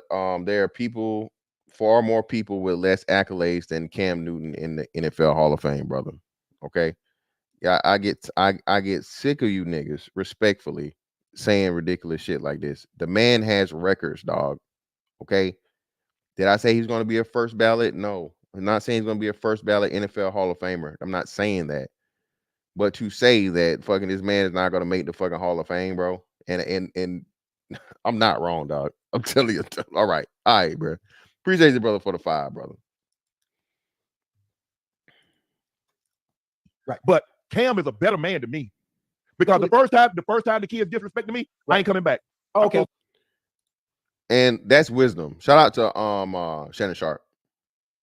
And I'm gonna let him explain it before I elaborate. Okay, the fact that he continues to come back. That's my point. That's why I say he's a better man than me. He continues to hold these camps. Those kids and players and parents and coaches as well. Y'all got to take advantage of that, man. Yeah. You got to take advantage of those situations to showcase your talent because you never know who's watching. No, you never know who's watching. It's bad because I think I told you the story. Savannah State was playing Bowie State in Maryland. They played in the stadium. Yeah. And Coach Davis, obviously, I was in Baltimore at the time, and Coach Davis, who recruited me, right, was still with the head coach. I think he had left and came back. But anyway, he asked me to come say a few words. And I went and spoke to the team. Right. And I remember when I'm finishing, I'm getting ready to leave. I said, Coach, we're getting ready to have a pregame meal. I said, Coach, I'm getting ready to leave. I appreciate it, Coach. I hugged him. And me and my homeboy Bucket, one of the dudes went up to me. I signed my autograph because I'm gonna be more famous than you. It's okay. Now, juxtapose. Now that's Savannah State. That's my school. Right. I go to Clemson. Taj Boyd. I'm talking about. I think Sammy Watkins is there. Martavis Pratt. All of them guys. Eyes on me. At the end, they come down there, man. Appreciate that, man, bro. That was motive. Hey, I appreciate that, man. Yeah. Hey, that's awesome, man. Hey, I appreciate you telling us what it takes to get to the next level. I appreciate you telling us what it takes to be a team and to win. Blah blah blah. You see the difference? Yeah. A lot of these kids don't respect But if they don't respect a stranger, they damn sure respect the parents at home. Yeah. Now listen, man. Did you see that? What he said? The important part of, and the links in the chat, man, if you guys want to join, especially you damn Cam Newton haters. Yeah, I expect to hear from you Cam Newton haters, man. You Cam Newton haters. I need you guys to be up here front and center. So I guess we can have a little, turn it into a football debate too, a little bit. Okay. But yeah, see, look, here y'all go. Listen, man, niggas can't do nothing right. Look, I'm finna bring this list up and we're gonna look at it and see. I'm not doing this shit with you niggas. Not doing it. Yeah, Eli, of course, Eli's gonna be a Hall of Famer. Eli might be first ballot. Eli got what, 2 Super Bowl rings, right? And he's a Manning. Yeah, Eli got more fucking Super Bowls than his brother. So yeah, he's definitely gonna be a Hall of Famer. There's no question. You're a 2-time, you're the only person to beat fucking Tom Brady in the Super Bowl, right? Yeah, Eli Manning is the Tom Brady killer. So yeah, of course he's gonna be, and he's from a fucking prolific football family. Well, shit. Hold up. Did Archie Manning? Is Archie Manning in the Hall of Fame? Is Archie Manning their dad? The Peyton Manning and Eli Manning's dad, is he in the Hall of Fame?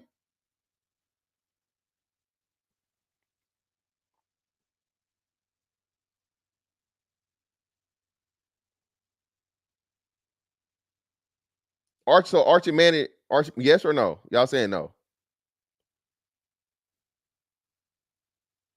So is he or isn't he? Y'all niggas saying no. Is he? So no, we'll figure it out. Y'all niggas come up and so we can argue up here. I'm not finna keep reading this damn chat. Oh, goddamn. The link's in the link is, let me pin this link. Y'all niggas got all this smoke in the chat, goddamn.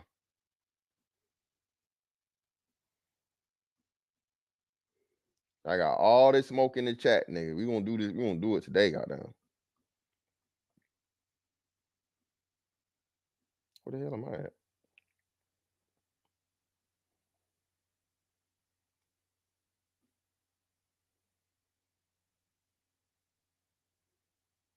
Oh, you talking about? Oh no, I fucked up and said Peyton. I said Peyton only got one. Did I say Peyton got one? I know Peyton got 2. Oh, I fucked up. I did say that, huh? I said Peyton got 1. I meant 2. Peyton Manning is my favorite player. Shut your ass up.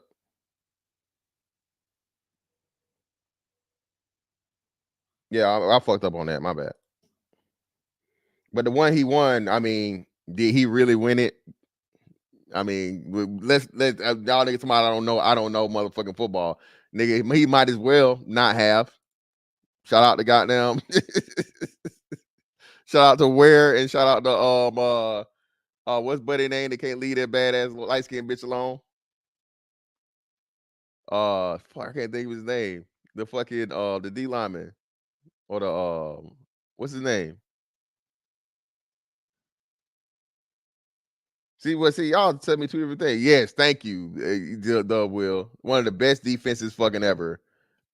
That people should be really Vaughn Miller and motherfucking Ware, bro. That motherfucking defense was hell, nigga. I watched that whole game.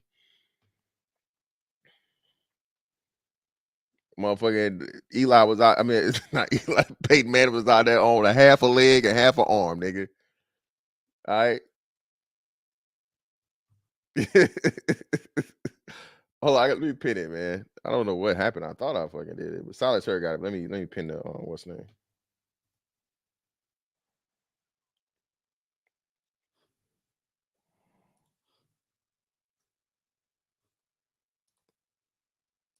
There we go. Links pinned to the top now, y'all. So if you want to come on, if you want to join. But what Shannon Sharp saying right here, let me get back to this, right? So he was saying how his own school, he had people coming up to him trying to challenge him, bro. And Shannon Sharp was a motherfucker, man. Again, in his time, at that time, you could have argued that Shannon Sharp was the fucking one of, if not the greatest motherfucking tight ends out here, bro. He was just, so to have a kid in college, Savannah stated that, like, bro, listen, bro, Savannah, bro, you're not getting motherfucking recruited. I know, goddamn Savannah State, nigga, for real, unless you just top of the top, motherfucking cream of the crop. So, he said the dude talked to him about signing the autograph or some shit because he gonna be better than him. And it's just like, I bet you that dude right there probably didn't even make it to an NFL roster, bro. Even if he made it to the end of his if he made it to the end of his college career. But I told y'all, man, it's like they tell you in the Bible, right? People of where you're from, bro, they never motherfucking see you as that's just Jesus. That's just Jesus. That Jesus. He talking about he healing people and walking on water. Man, I know motherfucking Jesus. Ain't no damn Jesus from back in the day. Jesus, I know. Bro, niggas cannot let you, bro. I tell you, people that grow up around you, bro, they cannot see you past motherfucking the level of you being better than them. But I used to give Jesus a ride to the store. He ain't better than me. He didn't even have no car.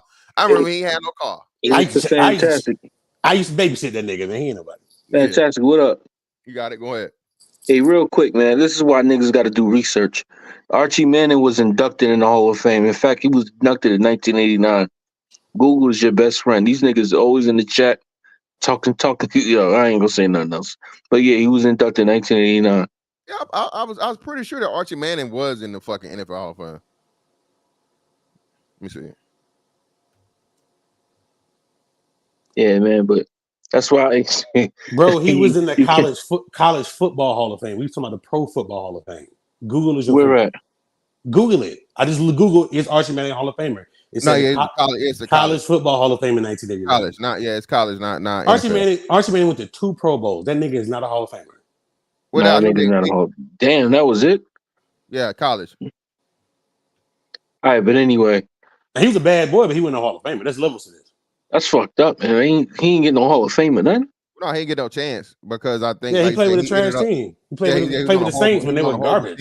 Yeah, he was on a horrible team, and then he got injured and shit. And what Peyton Manning and what's the name actually did him a huge solid of giving him some him and the brother, because remember the brother had to stop playing because of some injury or something, like his neck or something. He got hurt his senior year in high school. He was a receiver. Yeah, so they did a great job. I think it was a 30 for 30 about Peyton or about him and Eli, either or. And they did a great job in paying homage to the father and their brother. So yeah, man, the Mannings, that's just a football family. Yeah. And they got another boy coming up, I think, in college. Arch Manning. Yeah, that nigga ain't snapped the ball of football yet. He getting to like $2 million in NIL. Oh yeah, just that name behind. But yeah. But yeah, man. We'll get to the Cam argument, nigga. I'm gonna have to argue niggas about Cam here in a second. Let's finish this up. Let me finish this up. Yeah. Because I know if that had been me and a professional athlete, present or retired, showed up. Yes, sir. No, sir. Hey, how did I do, coach? What can I do better? How can I get better? That's my thought process, Ocho. When did it become cool? I don't know when, because I missed that generation to be disrespectful. Right. I don't care if somebody only a couple years old. It was always yes, sir, no, sir, yes, ma'am, no, ma'am. We were never allowed to be disrespectful under no circumstance. Now these kids, they don't care, and the parents don't hold them accountable. The parents think it's cute too. But little do you know, my grandma used to tell me all the time. She say, "Boy, you can listen to me on the outside, or you listen to somebody on the inside." But somebody gonna tell you what to do sooner or later. One or the other. And one of the things I've done great at when I attend camps like this, or when I'm around, when I'm in the inner city, obviously where I grew up from, and I kind of resonate, and I resonate very well with the kids because I adjust to how you are. I know when I'm in the atmosphere, similar to what Cam was in, I'm coming in being like the same individual from the field. I'm coming in talking shit off jump. In a playful, fun way, fun, competitive way. So don't come talking trash about what you're doing and you like that. Because if you're not like that, I'm gonna let you know right there on the field. You better be that boy to be talking the way you're talking. So I understand kind of like what Cam was going through in a sense, but I know how to diffuse it in a way to where the trash talk is about what you're doing out there on the field, because that's what we're here for. That's what we're here for. I'm trying to see if you're really that boy. Because I do my talking, I talk it, but I walk it. All you gotta do is turn on the tape. I trash talk people on my level.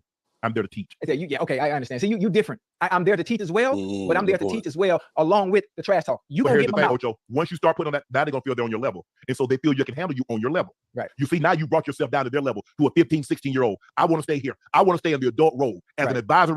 Shout out to Shannon, man. And again, this comes with wisdom, dog. Listen, a lot of the time, bro, that's back to how you're supposed to be too with your kids, bro. You're not your kid's friend.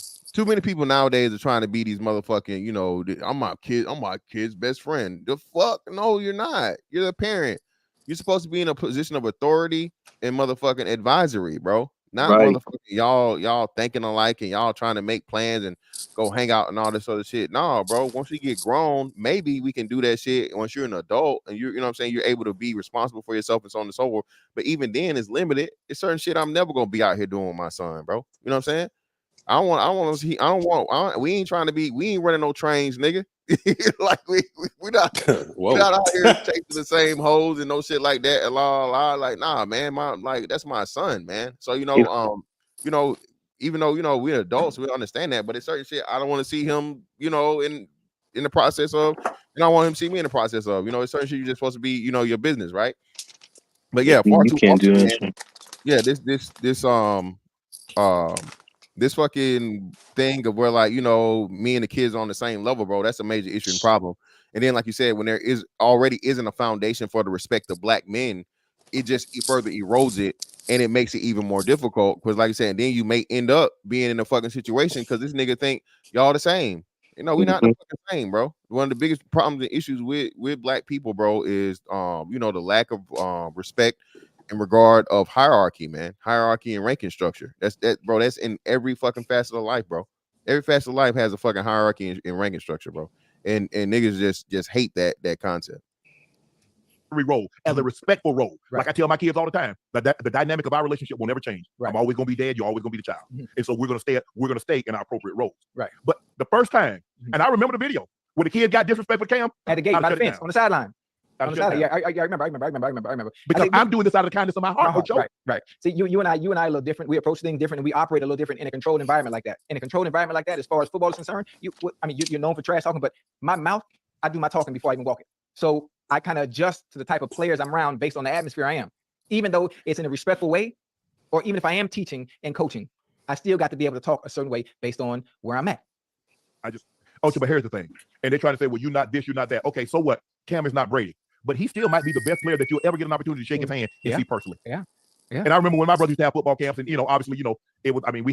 He shut it down many years ago. But we had a Barry Sanders and a Brett Favre and a Reggie White. All the guys would come. But I don't know when it happened, where these young kids thought it was okay to be flip at the lip, to be disrespectful, and that's what it is. There's no other way around it. And I don't care what Cam his hair look like, how he dresses. The man is taking time out of his day to give back. Show the man some courtesy. Show the man respect. Yeah, you got to. That's the problem with us. That's the problem. And I ain't talking about nobody else. I'm talking about our community, because that's what we need to address, because that's what he was out there doing, trying to help that community. And you be disrespectful, and you've been that way with Cam.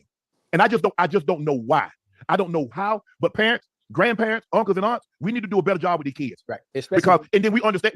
I don't know why they want nobody to hire that boy or that girl. I don't know how. You know why? Yeah. Because they talk to you like you left Dan. So if they talk to you and they see you every day, what do you think they're doing when they go on somebody's job? What do you think they're doing once they get on somebody's job? But again, the coaches and the parents need to understand, when someone like Cam Newton gives your player, it's not even football season. It's not. No. It gives the players an opportunity to display their talents and work on their craft in the off season like this. You got to pay homage. You got to pay respect to one of the best that played our game. You have to. You know what? I tell you what you've never seen. Peyton and Eli been having a camp for 20-something years. You ain't never seen no kids be disrespectful to Peyton and Eli. No. Tell me the footage. Tell me the footage that you've seen out there. Show it to me.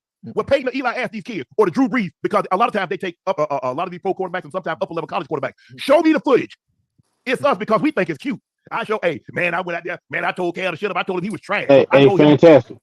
Yeah. Hey, part this true hype, man. Hey, part of the reason why they don't is because they got to pay out their pocket, and their parents ain't playing that. Exactly. Cam is probably going to a lot of these free camps, and if you don't pay, you don't pay attention. You know what I'm saying? That's that old school joint. I got another one to add to that too, brother. That's a good point.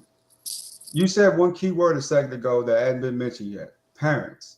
Both parents in the household. Both parents are raising their children. It's the norm, right? For white society, for kids to be raised by parents versus single mothers in households, right?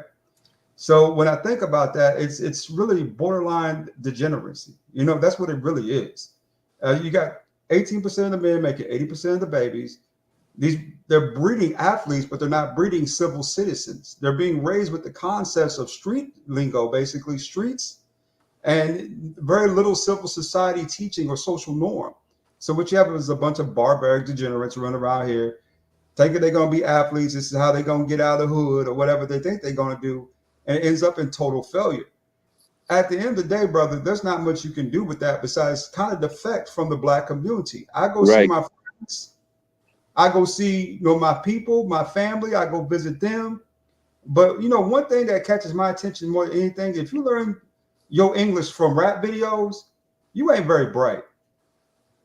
So when you monitor them, you gotta be very careful who you hanging around with. There's a problem in the black society where everybody's in the same lane, and we all ain't on different levels.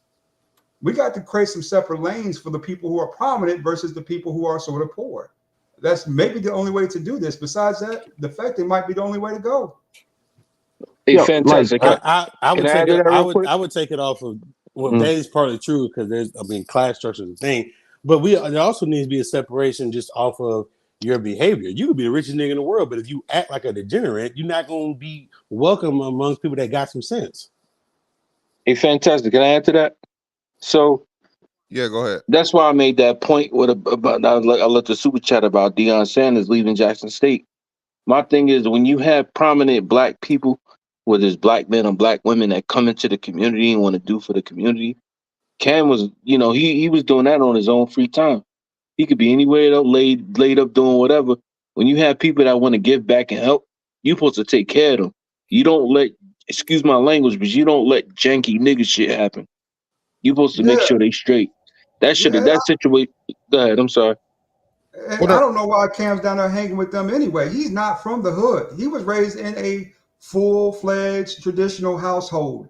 With why his do you want to be father. around those people? Why do you want to be around them? Hey, bro. Hey, hold on. That's not true. Cam went to Westlake High School. That's an all-black high school. Yeah. Cam from Atlanta originally, bro. Cam, he was. I think it's what his dad was a pastor, or whatever. He had 2-parent household, but Cam grew up Cam back home, so that's why he's hanging around him, fam. And furthermore, like you said, he's trying to give an opportunity to. It's not him hanging around; it's him giving an opportunity to, what I'm saying, kids from his community. Again, this is why I say, man, niggas don't want what they claim they want. Mentor these kids, do something for the kids, and the motherfucking kids is fighting them. Bro, hey, you guys gotta understand. Go ahead. Hey, you guys gotta understand, man. Y'all gotta look at the whole story. The fight started with him fighting the coach of a 7-on-7 team. It had been shit talking prior to the tournament. I guess Cam has his own 7-on-7 team, and I guess one of the other 7-on-7 teams that was supposed to be good, him and the coach had a little banter going back and forth, typical nigga shit. And I guess it got out of hand. I believe it. I'm pretty sure the fight broke out with the coach trying to fight Cam. And the little kids jumped in to help their coach. They was wrong though, but that's kind of how it started, from just talking shit. And if any of you guys ever, I got a son who plays sports and then this shit.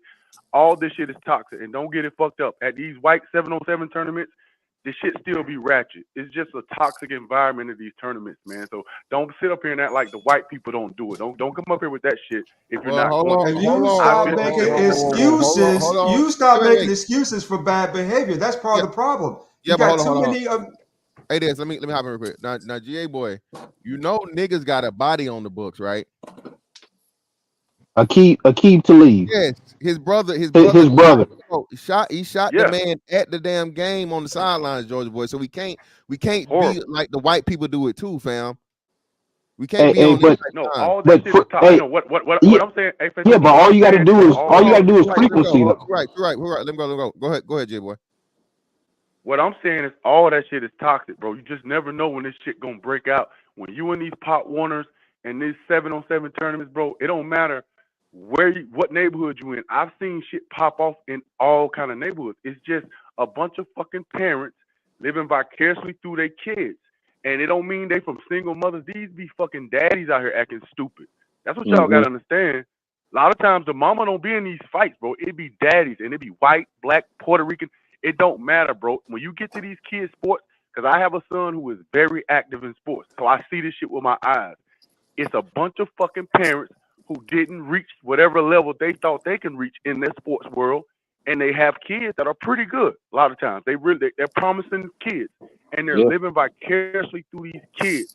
So it's all on the parents, bro, and it's every race. This shit like Pop Warner, AAU basketball, 7-on-7, all this shit is toxic, and it don't matter what neighborhood you in, bro. I never seen the toxic. I never seen that on the fucking film though. Like I don't see them on YouTube fighting and all that. Elon Man and camps. Boy, no disrespect, but I don't care. I don't care what they do. I care what we do. This is stupid. Our image has already been brandished, torn, and torn apart. How does this help? And enabling it, saying it's okay because they do it or whatever you might think happens or this, that, and the other, don't make it better. It don't make it smarter, and it ain't good for us. You know, we got to weed out whataboutism. You know what I'm saying? What about? We got to start focusing on what we want to do if we plan to get anywhere. Hey. There's a But listen, little bit of validity. I'm not disagreeing with you. I'm not disagreeing with you. It's fucked. It's ugly. It's disgusting. But I'm just letting you guys know that it happens everywhere when it comes to these Pop Warner youth sports. I don't give a fuck where you at. That's all I'm saying. Yeah. Like, wait. Let me get in. Let me get in real quick, and then I'm gonna drop down. But there is some validity to that, right? So I had for like one of my old coaches, and dog, it is toxic. And I actually saw like a video the other day talking about that, when he talking about like people don't want to ref because of the toxic kind of culture. And you know, there's people from all over the place, man. They be doing all kinds of crazy stuff. But I think as far as like, you know, we're concerned, it's the frequency of this stuff happening. And then some of the level of disrespect, it goes left faster in a lot of cases because, you know what I'm saying, we don't know how to use our language to kind of diffuse situations. And we ratchet up stuff that don't need to be ratcheted up. Let me give me some public figures such as Cam Newton, someone of high prominence in high society, be attacked by street thugs, bruh. Yeah, let me get some push because you're right about the AAU and the Pop Warner and the youth sports being toxic, but those are people who are on the same level. Those are like everyday people going at each other.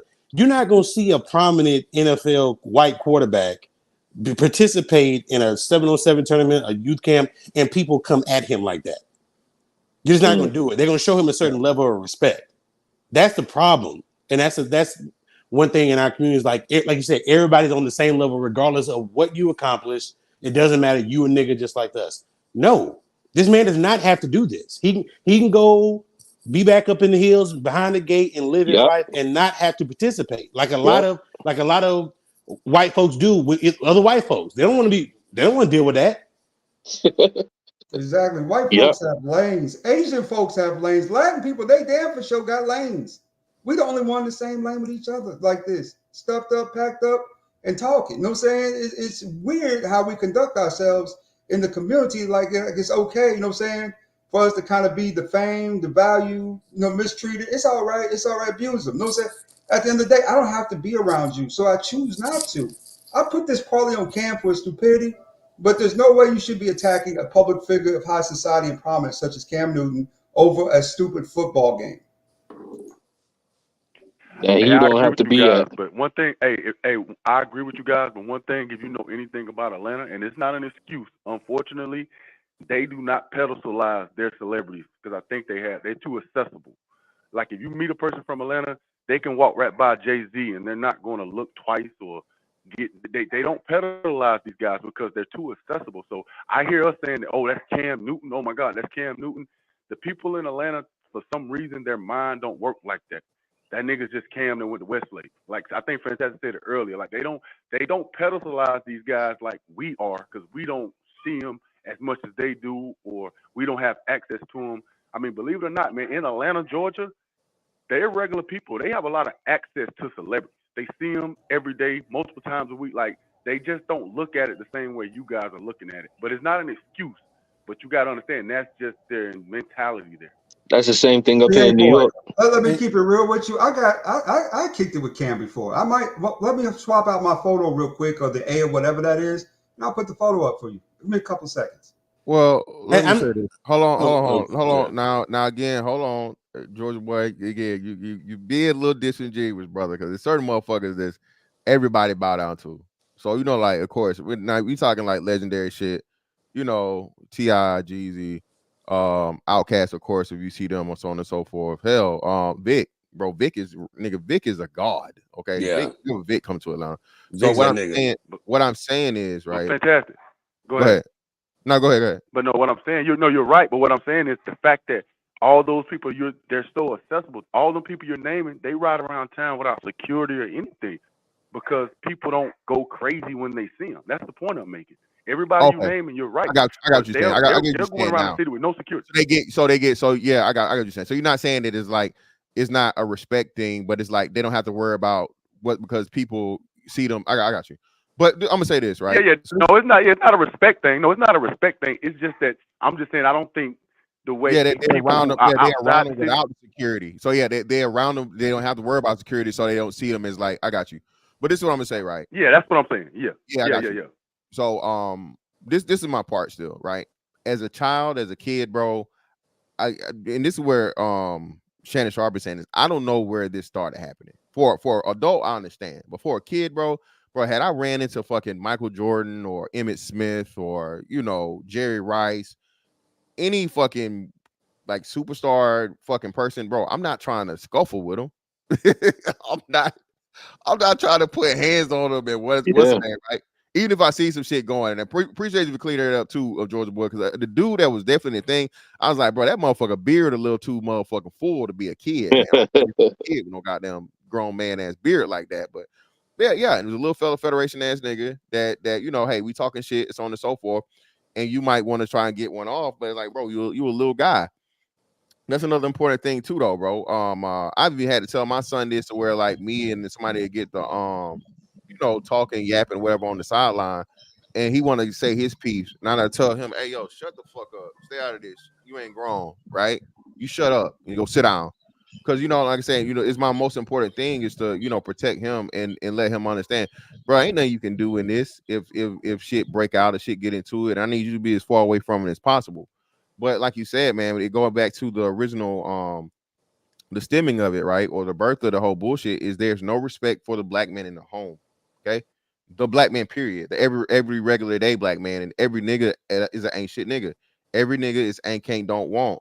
So when you get around Cam Newton, right? Oh, that nigga here with me. That nigga might have been in the NFL. He might have been. He might have been. Again, everything is just so dismissive and so reductive as to where like no matter what peak you reach, you on the level with me. You know what I'm saying?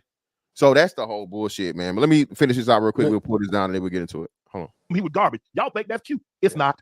It's not. And you wonder why. I don't. I've been stopped wondering. Right. It's embarrassing. Yeah. It's really embarrassing that somebody take time out of their day, out of their schedule, out of their life, and try to give back. And you disrespectful, ungrateful. Man, Cam, like I told you, Cam way better than me. Yeah. Because I don't have patience for my own kids to be disrespectful. I'll be damned if I'm gonna let somebody else's kids disrespect me, and I'm taking Hold on. time out of those are my blood. Right. Listen, shout out to Unc, man. I told y'all. Listen, them kids ain't mine. Fuck them kids. Fuck the kids? Yeah.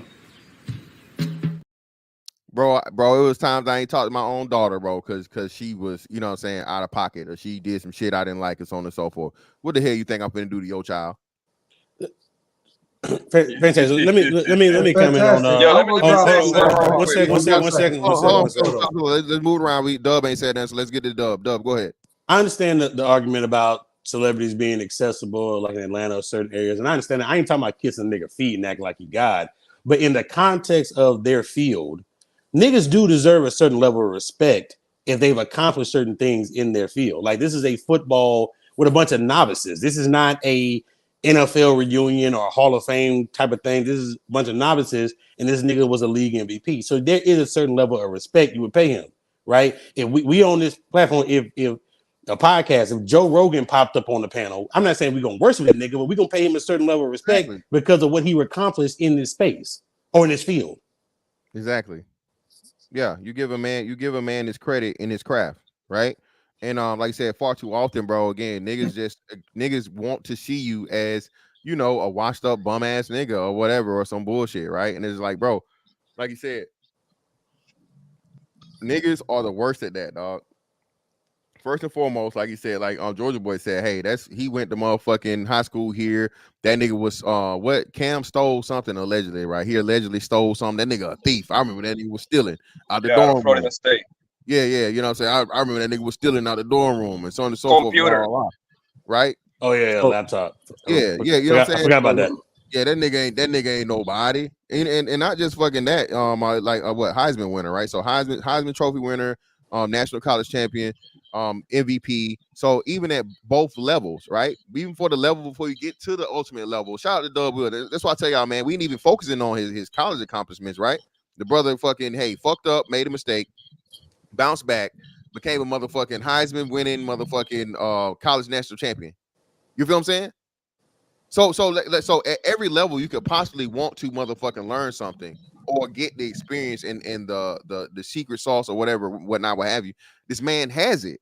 You feel what I'm saying? So yeah, still though, oh nigga, you here with me, you washed up, you're a free agent, you this, you that, you so on and so forth. Like, bro, the dude motherfucking superseded the normal fucking timeline for NFL career. You know what I'm saying? As a franchise fucking QB. So again, is everybody gonna be a fucking Tom Brady? No, everybody's not gonna be Tom Brady, bro. The Tom Brady's like the 1%. You feel what I'm saying? Most fucking quarterbacks, bro, you get motherfucking, 4 or 5 seasons, maybe. Cam motherfucking superseded that. And you niggas, we definitely gonna get to this motherfucking shit. But let me get who's next? Let me get Poppy Me. Blanco in here. Go ahead. Yo, what's good? How you doing, bro? Hello. You got it. Yeah, can you hear me good, bro? I'm Yeah, driving you right loud and clear. Go ahead.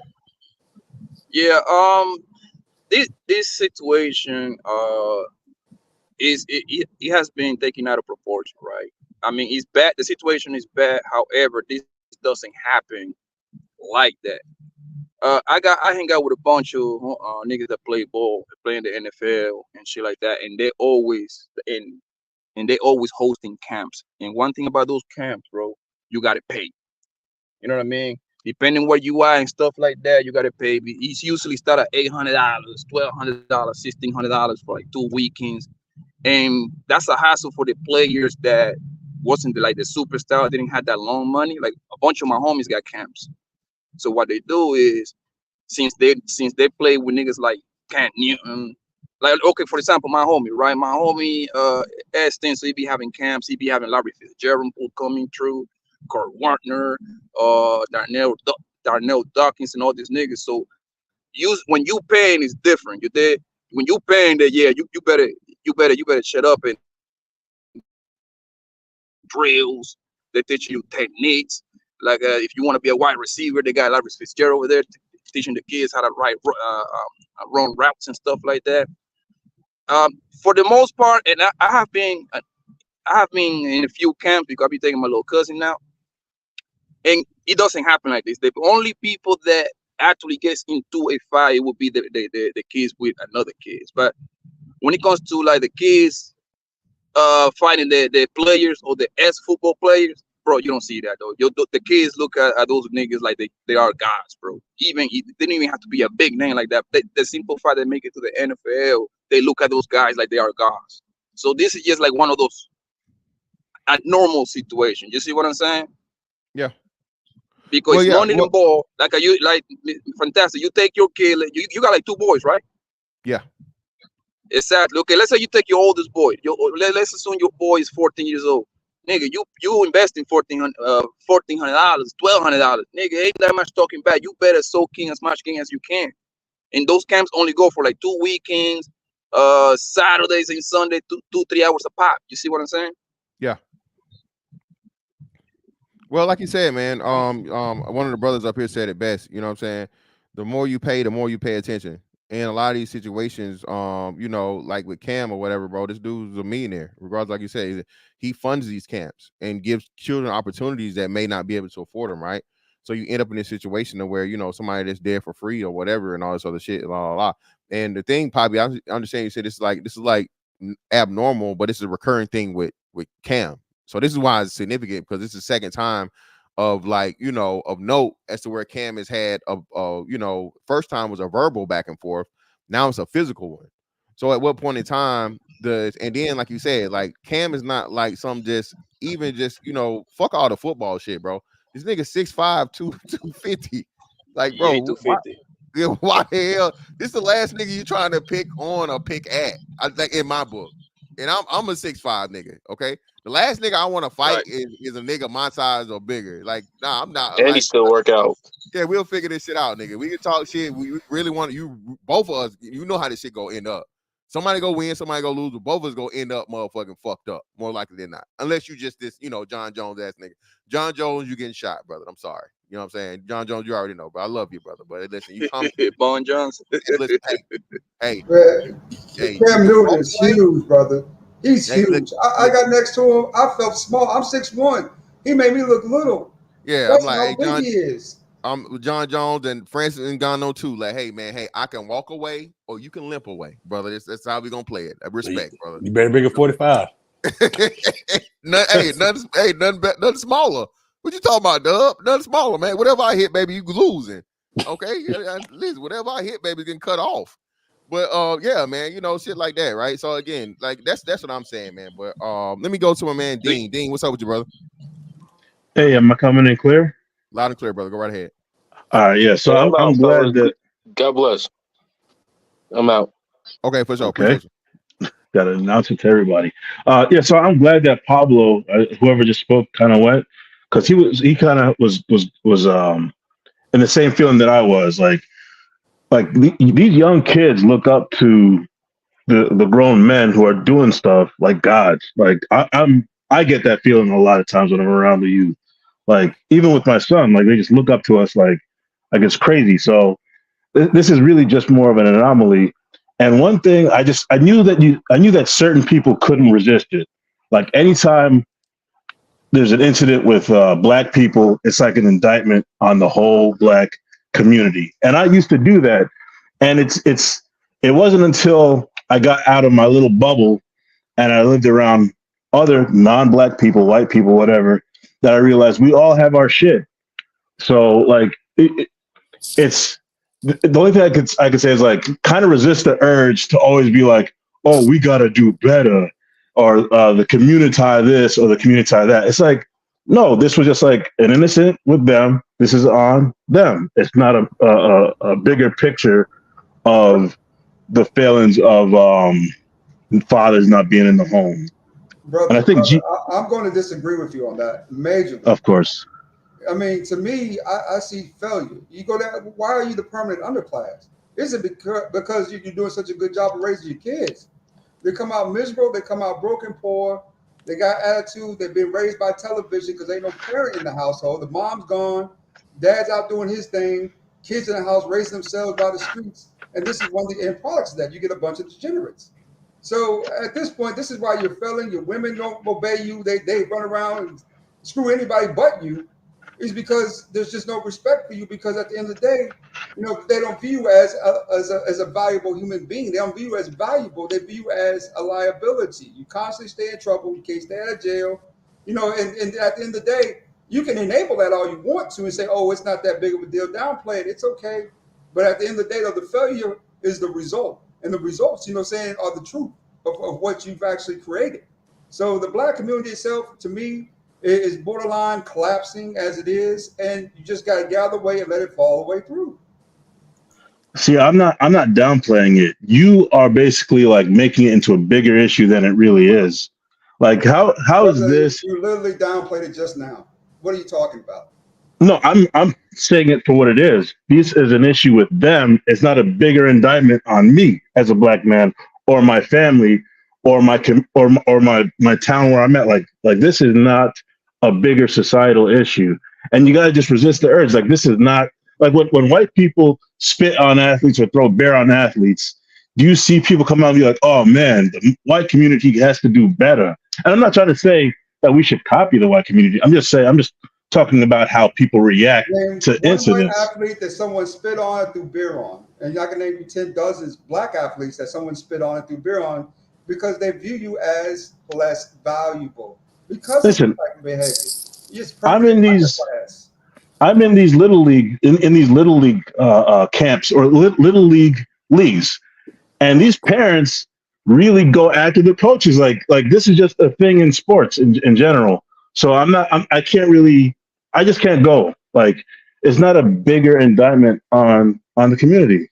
What if Greg Maddox was one of those coaches, would they act like that? If Greg Maddox was one of those coaches? Yeah, or just some legend, or just some former like great MLB player. Just use Peyton Manning, bro. Again, this is where your arguments fall apart, man. This is where right. I understand people on the same level going at each other. You see that in the NFL or in MLB, the niggas on the same level will go at each other. I'm talking about in the context of their field, and a apex nigga walks in, you're not seeing no regular parent coming at them like that, or kid coming at them like that in the other spaces. You're just not. No, not happening. Yeah, that's like a straw man because, like, I could say name. Are you familiar with Malice in the Palace? It's not a That straw was a man. bunch of. Hold on. That's not a straw man. That's a scenario we're dealing with. Yeah, but hold on. Let me say this real quick.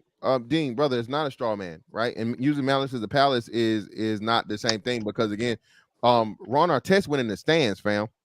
So regardless of what happened to him, he initiated the whole brawl because he went into the stands. Are you sure about that?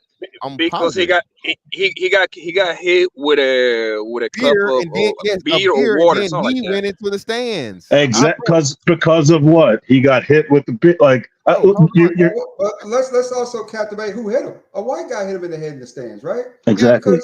Because at the end of the day, you're not really a person. You're just entertainment. That's why they show Dak Prescott's ankle being broke on national television, but won't show an injury to, was Christian McCarthy. Not one injury was that show because they respect him and they don't respect you. You're just entertainment. Okay. Yeah, and I threw dirt in the game by bringing up Malice in the Palace on purpose because I don't want to focus on it. But like the same thing, trying to bring up these straw man examples. It's not an indictment on a bigger societal issue. This is just like just shit that just went down between those individuals, and that's it. Okay, so now, brother. So now you say that. Okay, so this is the issue and problem where your argument still falls apart, bro. It's not a straw man. Okay, I'm gonna say this again. This is the second time Cam Newton specifically has had a situation as to where he was heckled or he was disrespected by someone that's not on this level. Okay, first time was verbal. This time is physical, right? Secondly, you have another football Hall of Fame, well, not another, but professional football player, former professional football player, one that happens to be one of the greatest at the position at all time, and he's a fucking football Hall of Famer. 3 times Super Bowl winning? Okay, so when that man said he's had similar stories, you're speaking from a place that you don't have the right to speak from, brother. You're speaking from a place of speculation and not authority. So I'm going to take. Hold on, stop. Wait, real quick. I'm going to take what I have seen with my own eyes, okay? Video footage and proof of this man being disrespected 2 times, okay? And then I'm going to take the word of a former NFL all-time great player saying the same thing. When he says he does not see this amongst the white athletes and their camps or their interactions with people, and now I'm seeing it with my own eyes for myself, I'm going to take motherfucking heed to that over your speculation. This whole thing. Hold on, fam. I'll let you rock. No, I said okay. I was agreeing. I was acknowledging you. Okay, cool. My bad. So when I know for a fact, again, in my time in living as just a regular man, as to the disrespect, the disregard, and the nigga lander, I gotta try this nigga, he not no better than me thing. I've seen it myself with my own eyes. Okay, no, it is totally different, and yes, it is a problem that we need to address because it's a culture. It is a bad fucking cancerous habit as to where niggas think like, oh, this nigga ain't no better than me, so I can talk shit to him or put hands on him when he's the person that's providing the opportunity. He's the person that motherfucking literally could hold the keys to you getting to the next level. So us always being on to dismiss it, the white folks do it too, bullshit, bro. That's immature. Yeah, and like somebody said earlier, I don't give a fuck about the white folks. I don't give a fuck about the white folks. I don't give a fuck about the Hispanics. I don't give a fuck about the Asians. I know the problem that we fucking have, and we need to fix the shit. Saying that you don't have anything wrong with it or saying it is this, that, and the other shit, bro, takes away from the major point and lesson needs to be learned here. Niggas need to learn motherfucking hierarchy. Niggas need to respect fucking hierarchy and rank. And niggas need to motherfucking leave people the fuck alone that are just way above your level because you in your emotions or your feelings. That's all I got, bro. Fantastic. Have you thought white folks, they got good, strong hierarchy in their society, and they're white part folks. of the culture. Yeah, they do. They simply do. Okay. Why do you think they bend the knee to Donald Trump? He is dumb as hell, but guess what? They respect him. The white man's perfect. But fantastic. Can I? Hold on. Can I say this? Yeah, I'm gonna say this, and you got it. I'm gonna say this. You got it. It's not just a white man, brother. He just said the white man. Again, the Asian man does the same thing. Asians have one of the most strict hierarchical structures They're culturally, bro, like ever. So it's not just the white man. It's the Asian man. It's the Arab man. Hell, it's even the African man. But go ahead, brother. You got it. Give me 30 seconds to cook. Yeah, go All ahead. right, so the Cam Newton thing, you acknowledge that he was heckled verbally. Those were white kids. Number one, I think you. I'm not sure if you knew that, but number one. Number two, Wait, brother. What are you talking about? Now, when Cam Newton hold on. Now we can't have. was Wait, brother. Respectfully, now I yeah. can't have this conversation with you because you're either ignorant and you don't know what you're talking about, or you're being willfully, purposely disingenuous. I literally showed the footage on my on this very show, brother. What are you Yeah, talking about? there's another clip when Cam said, "You don't have my bank account," when he was heckled by kids saying, "You don't have any rings," and all this other stuff. That's what I Yeah, was that was a talking black about. kid. That was a black kid. What are you talking about? There were white kids. There were white kids in the stands that were saying No, that. brother. No. The person that said everything is highlighted, brother. So we're gonna let you just strike that one from the record. So All go right. forward from there.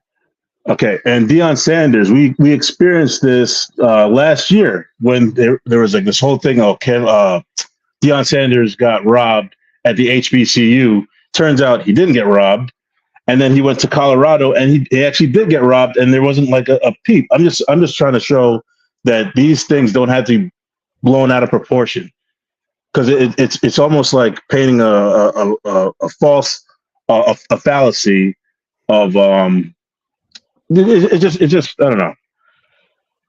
Yo, Just my fantastic.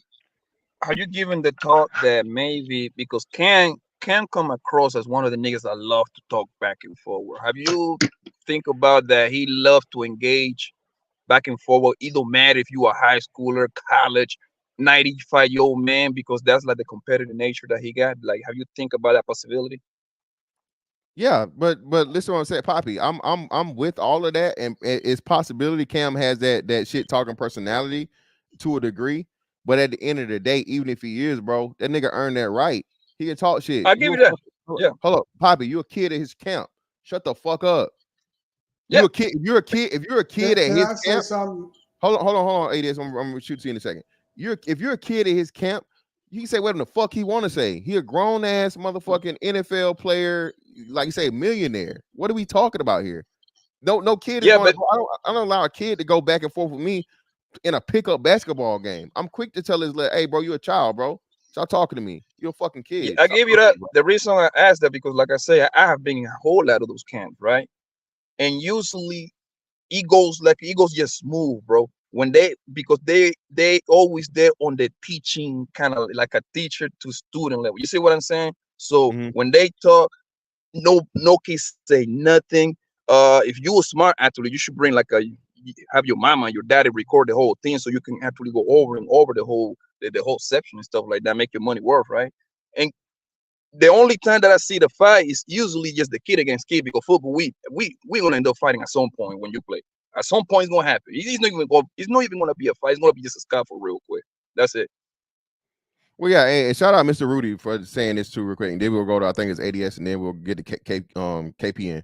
Yeah, bro. Marshawn Lynch Marshawn Lynch went viral because again he had to ask a mom like, "Hey, where's his dad at?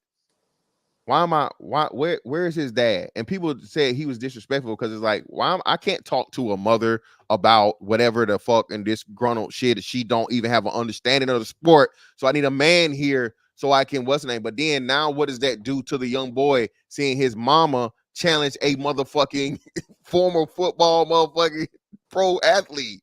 You see what I'm saying? Future Hall of Famer. Yeah, that's what I'm saying. I don't think y'all understand, bro.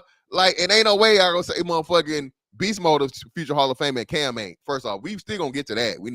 Y'all niggas Oh, ain't please put a pin in that. y'all Please put a pin in nigga, that. we ain't forgot about that nigga. It's Oh, gonna happen. I'm waiting. I want to hear this. I want to Can hear I this address argument. one thing? Go Can I ahead. address one thing though?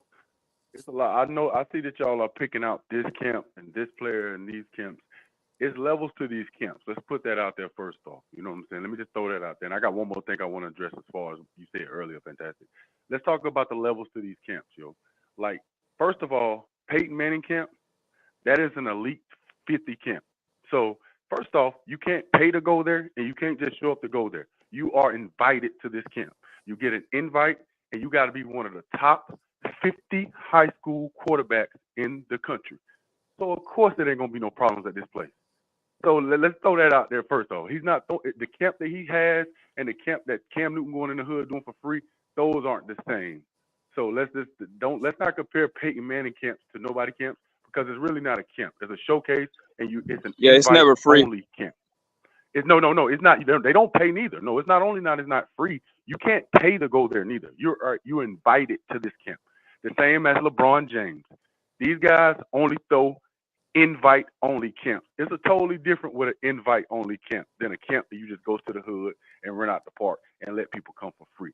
So let's nip that in the bud. These guys throwing an invite only. That means they're only inviting the top kids in the world to come participate in their camp. So stop with the Peyton Manning camp because it's not the same camp. It's a whole Stop making excuses, brother. There's no excuses for bad behavior. There's just no fucking excuses for bad behavior, and it's I'm not making. annoying. I'm not making excuses. Then counter. Let him finish, And then then we'll counter. and then this is the second thing. I remember fantastic. You said a little bit earlier, like the disrespect.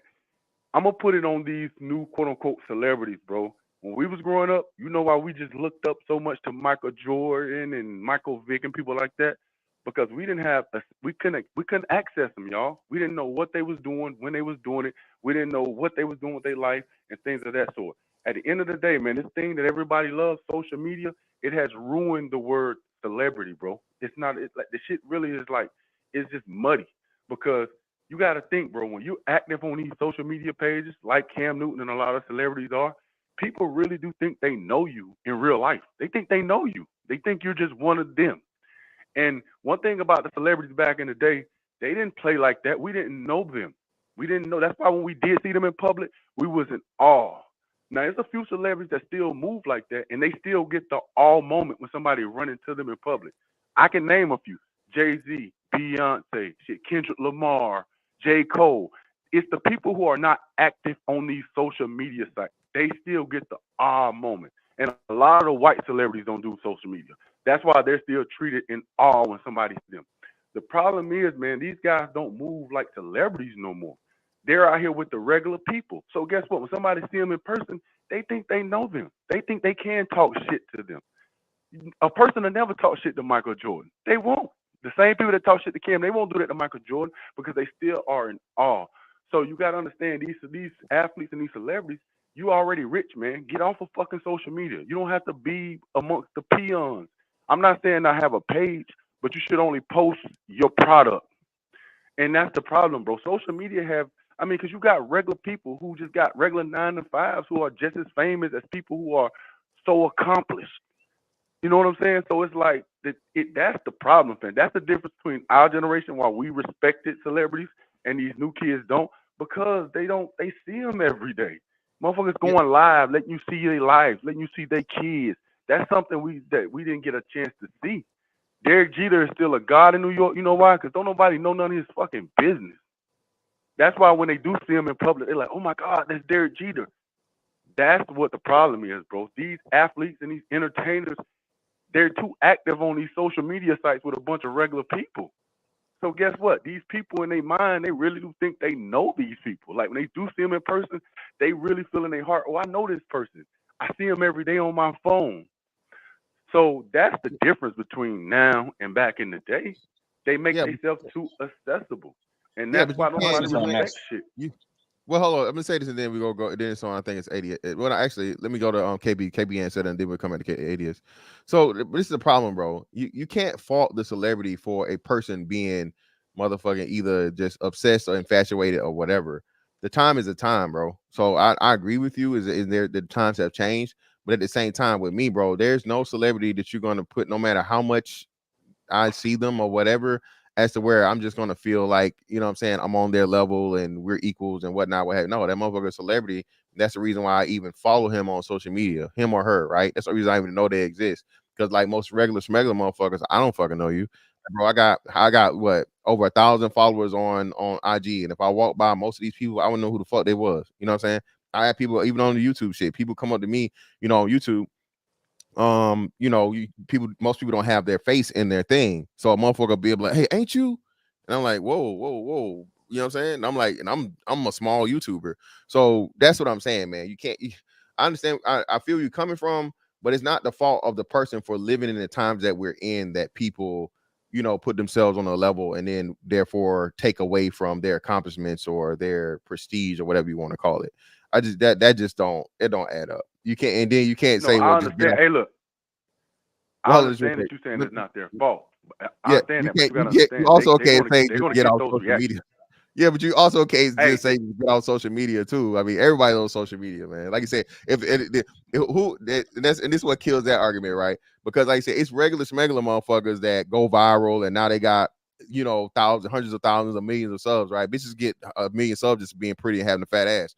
So you mean to tell me some chick that work at motherfucking, you know, Burger King and Wendy's one day decided to fucking start taking pictures and everybody, you know, start fucking seeing her, and she get to be a fucking million subs and she get, you know, whatever. But a motherfucker that actually has a talent, you know, especially we're talking about, you know, athleticism or whatever, right?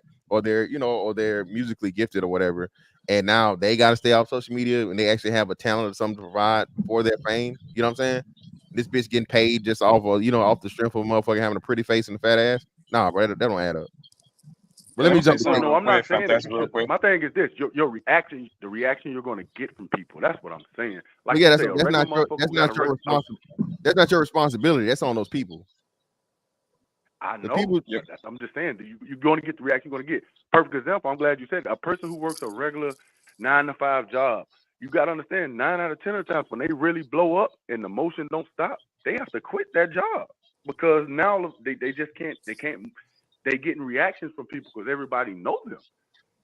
Like that's like perfect example. The fucking Home Depot girl. She had to quit Home Depot. Guess because she was pretty and she posted a picture. But you had people going into the Home Depot. That was just an excuse, bro. Don't believe that bullshit. She just wanted to quit because she probably started OnlyFans. Let's be honest. But she was able to quit though. She was able to. That's the point though. That's all I'm saying. Fantastic's right. You can't control how people react. But we live in a world where people are stupid. Wait, let me. I gotta get KP in here, man. He been waiting patiently. He said that the whole time, so I gotta get this brother up here. Then we'll move it back around for everybody. Go ahead, KP. KP, you there? You muted, KP. Give me 1 minute. Give me 1 minute. Go ahead. Oh, okay. All right, so Poppy, go ahead while he getting together, I guess. I believe, bro, that I think a lot of you missing the mark right here. I'm started now that I think about it, after listening to everybody in here, and it just got to it just hit me right now, bro.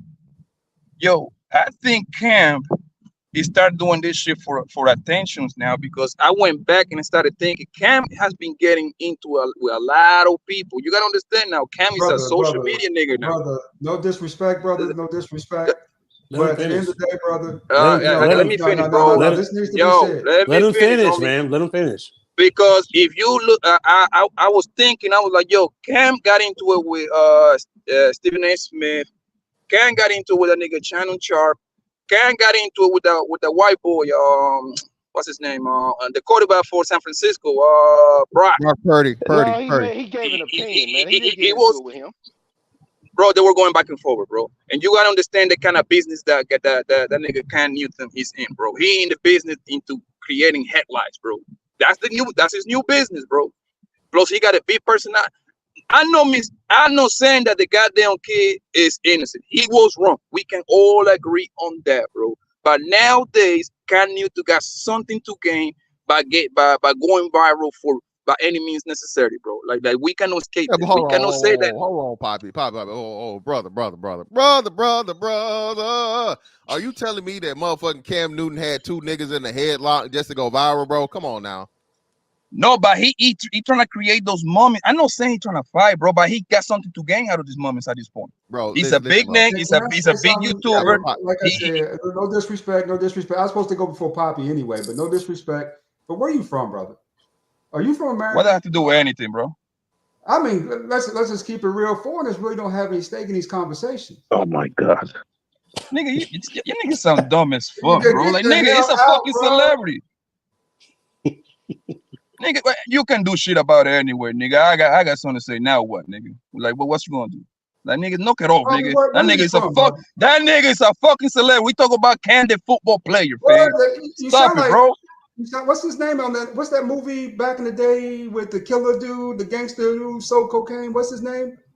And you sound like a bitch. Now Copy what? Escobar. And you sound like a Yeah, bitch. you sound Now like what? Copy Escobar, brother. You don't belong Okay, here. cool. All I'm that Colombia. challenge you Good, doing this congratulations, nigga. I'm because Colombian we anyway, don't and want. you Let's sound be like a honest. bitch, my nigga. Now You what? are poison to our communities, and we wish you go Man, back to your shut the fucking fuck country. up, nigga. Like you ain't gonna do a Yeah, we goddamn wish thing you about it, my would. nigga. And you're really a I waste. ain't say absolutely nothing. I ain't say absolutely nothing about All right. that, homie. Hey, What the yeah, fuck you yeah, yeah. talking about, All bro? right, hey, KP ready, so we y'all need to put that shit on bro. pause. Go ahead, Look, KP. bro, Cornball let me just ass say, nigga, man. let me just say this, bro. I mean, these people beg for help. They get help, then they disrespect the help, and then they gonna cry next week and say, ain't nobody helping them. Look, man, at the end of the day, if you are being trained by somebody voluntarily, that's $100 million person. I mean, what would we all give to be trained by, let's say, Bill Cosby, anybody with a big name that could train us in whatever field that we're in? We don't disrespect them? Man, these people have lost their motherfucking mind, bro. And then foreigners come over and make Bro, he's comments not like train. it's Hey, okay. he wasn't training, KP. It was a 7-on-7 tournament. Cam has My, a team in that my tournament, son so it has been wasn't in training. Take that off the 7-on-7 table. camps. I would not allow him to disrespect anybody that's training him, bro. And you wouldn't let your son either.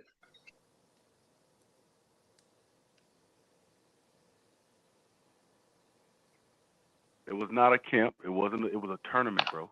I He know what wasn't out they there are. My training and son was in teaching shit. 7-on-7s too, GA boy. I Yeah. know exactly what you're saying. What I'm Hey, saying listen. is, I'm just He wasn't out there teaching shit. He was out there talking shit about his team, and the other team was talking shit about their team, and it got heated.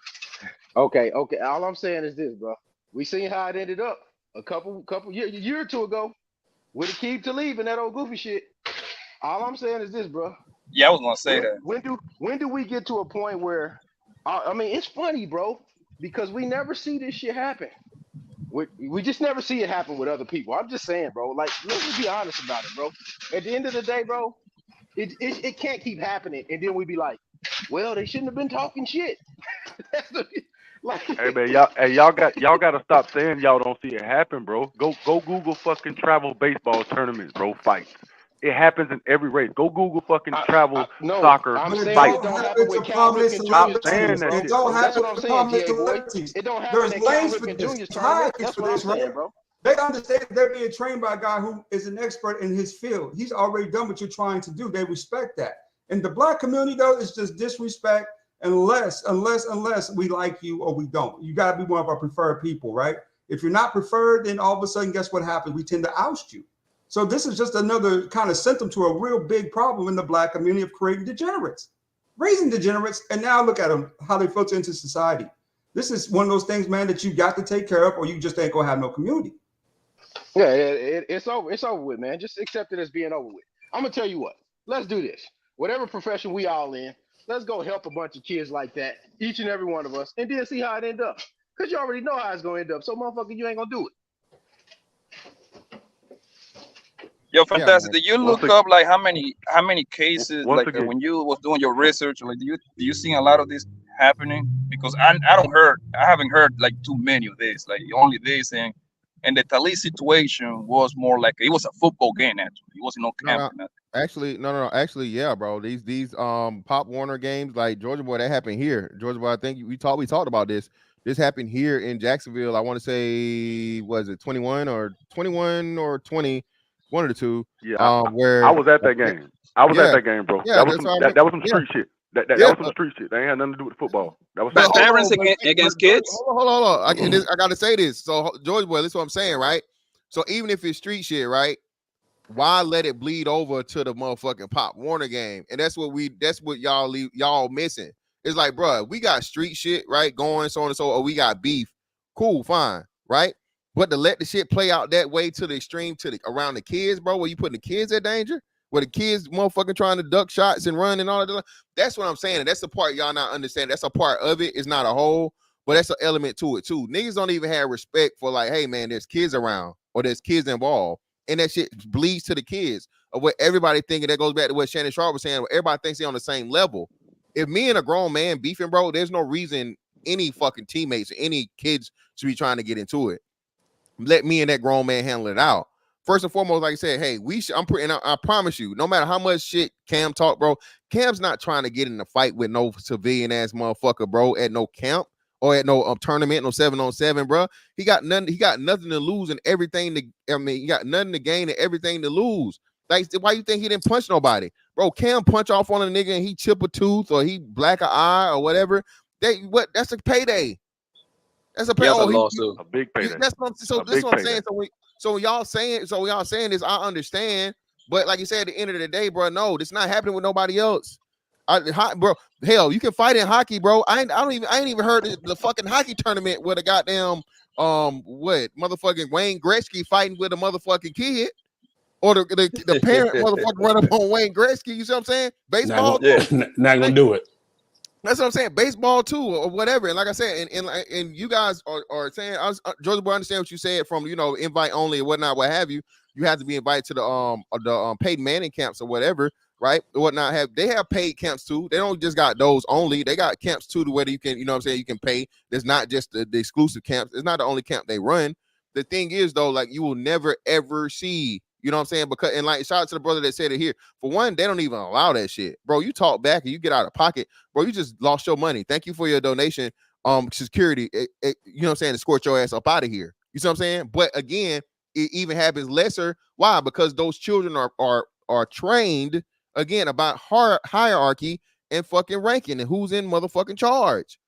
Bro, these motherfucking kids are not gonna motherfucking go there and try to go back and forth and jaw jack and all this other shit. And I do in part. And Cam Newton, like just like Ocho Cinco said, right?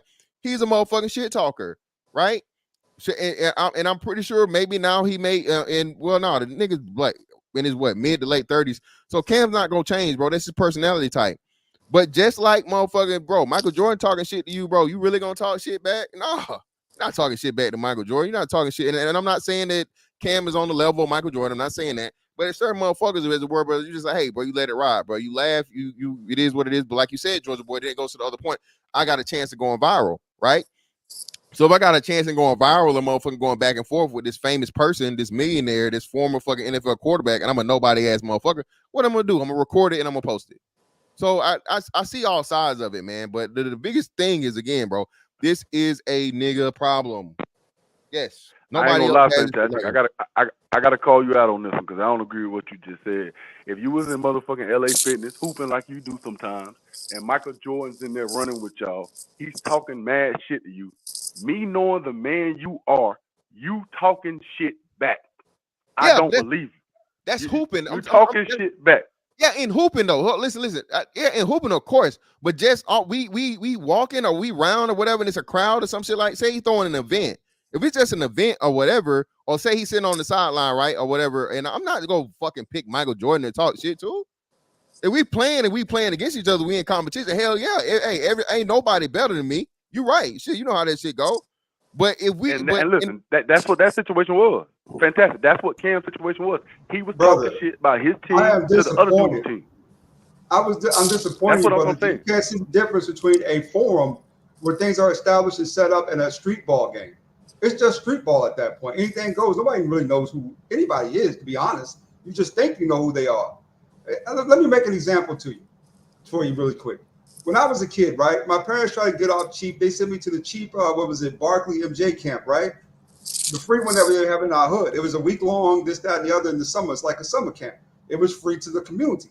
So I went there as a kid, hooped it up, right? It was all black, nothing but fights, nothing but crazy, right? The whole time. I didn't learn anything. Well, the next year, my parents paid for the Dominique Wilkins camp, the Dominique Wilkins experience or whatever back in the day.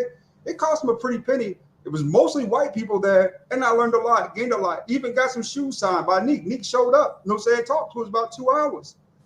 Brother, there's a difference between how we handle things and how they handle things. It's more civil. They're civil with each other and respectful. We are not for some odd reason. It's weird that it's just so badly ingrained into our DNA that we don't get along like that. So, you got to know the difference between environment, settings, forums, and all that stuff, man. You know what I'm saying? Before you actually implement, say, oh, it's all the same thing. It's really not. He's still $100 million man. So why would you disrespect the guy who could change your life and make you better? That's just silly and stupid, but we see it okay to do so. All right, I will agree with you on that. You said something very important, though, bro. You said something very important. You said DNA. It's in our DNA, and I agree with you with that. It's something about black people. When it's a competitive event, we talk shit. And sometimes the shit talking and the banter back and forth, it spills over. So I will agree with you. It's in our DNA. I don't know why it's like that. Cause you're right. I play sports. I played sports my whole life. And I got my kid in it. And you're right. Other races are just not shit talkers like us. That's something that's in our. And it don't matter how rich we are or how poor we are. It seems like we all do it. And I will agree with you on that. It's in our DNA, and that's a problem. And it ain't never gonna change, unfortunately, it looks like. Because you're right, when it comes to anything competitive, I don't give a damn what it is. When it's black people, it can be a bunch of rich black people with a bunch of poor black people. It's no difference from the rich ones that's successful than the poor ones. They're gonna talk shit for their team, and the other people gonna talk shit for their team. And then, like you get say, it out. sometimes a few things are taken as disrespect, and it spills over. So I do agree with you on that. You can Bro, weed it out. it's all across all sport, bro. You can weed It's that all out. across You all can weed sport that out. family. Yeah, Yeah, all you right, can hey, weed- Trust me. but now we to the motherfucking point of all points. Y'all niggas finna motherfucking stop this motherfucking Cam slander goddamn.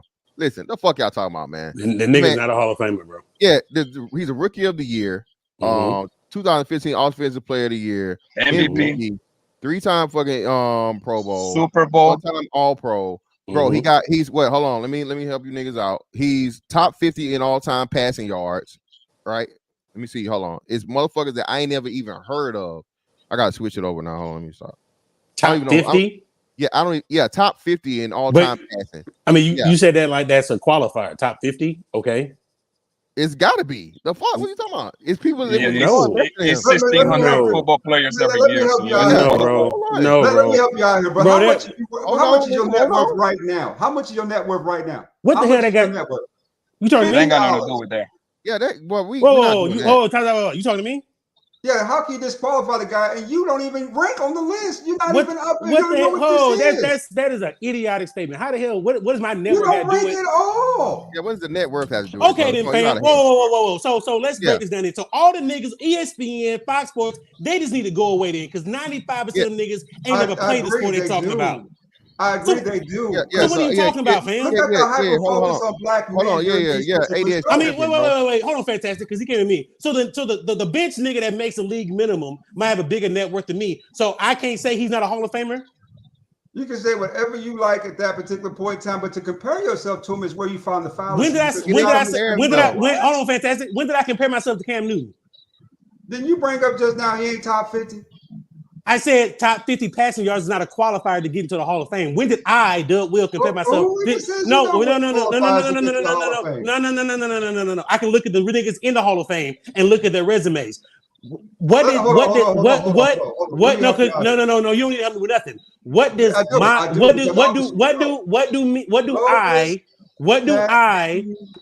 I as an individual looking at the people, what does I as an individual looking at the caliber of players in the Hall of Fame then look this nigga's listening skills, let me have it back. I don't want to mute y'all niggas, but I gotta mute y'all niggas. Y'all just going back and forth. So listen, what I'm saying.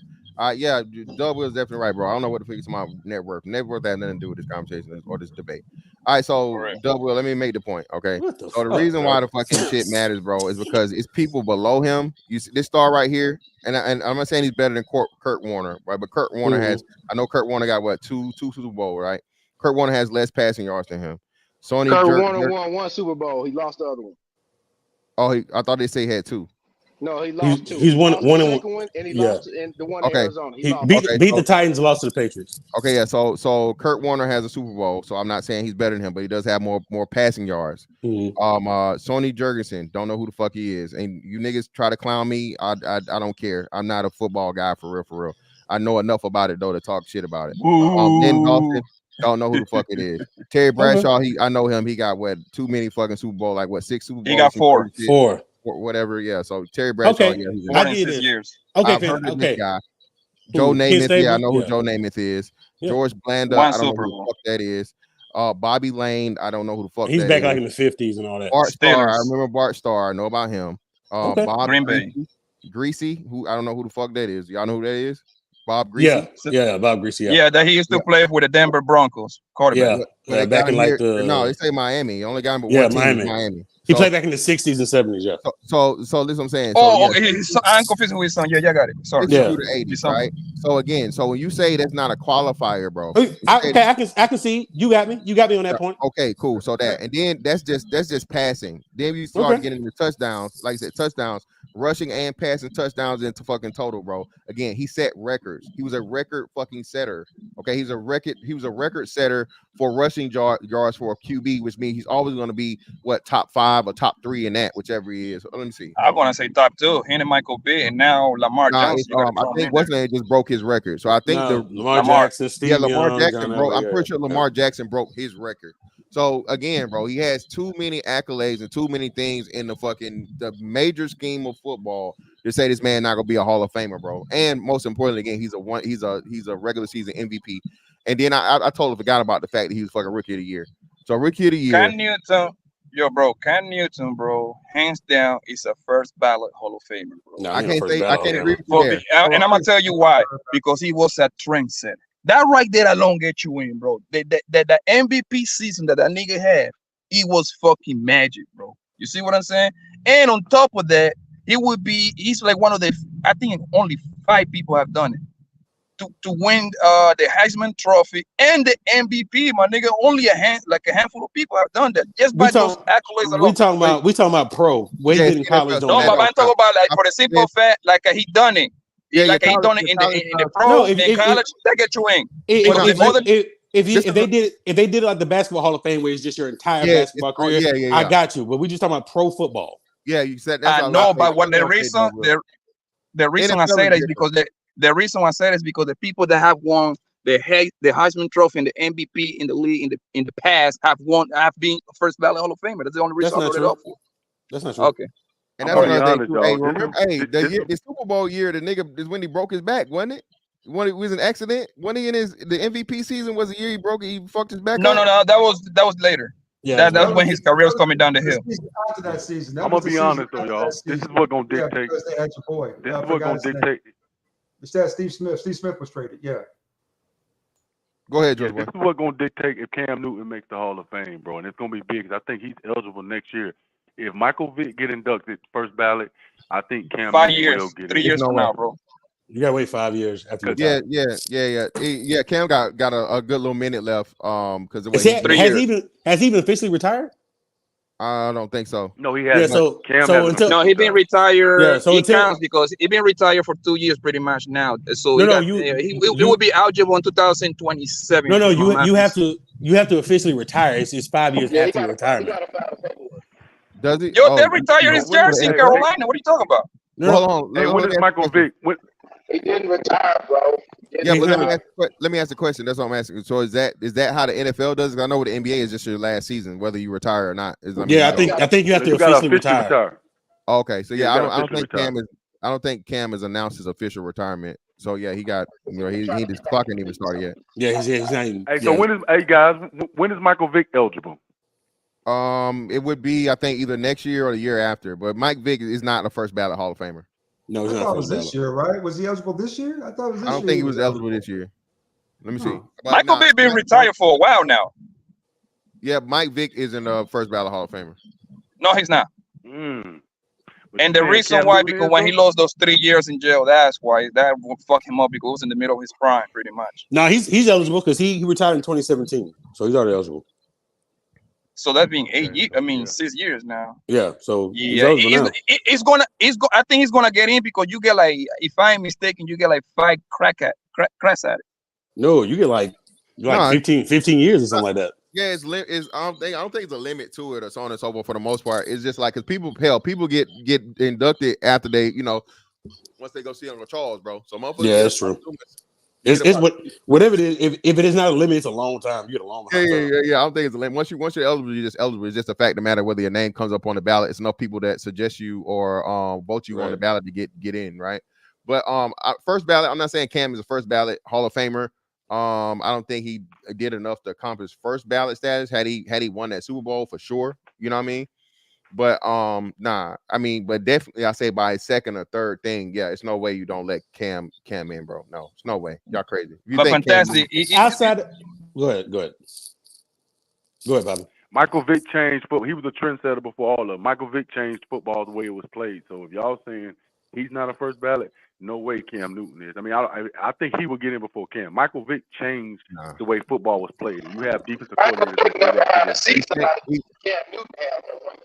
day. But that's what y'all are saying. Like, okay, you got me on the career passing yards, right? Got you that. But really, outside of that, we talking about letting him in off of one season.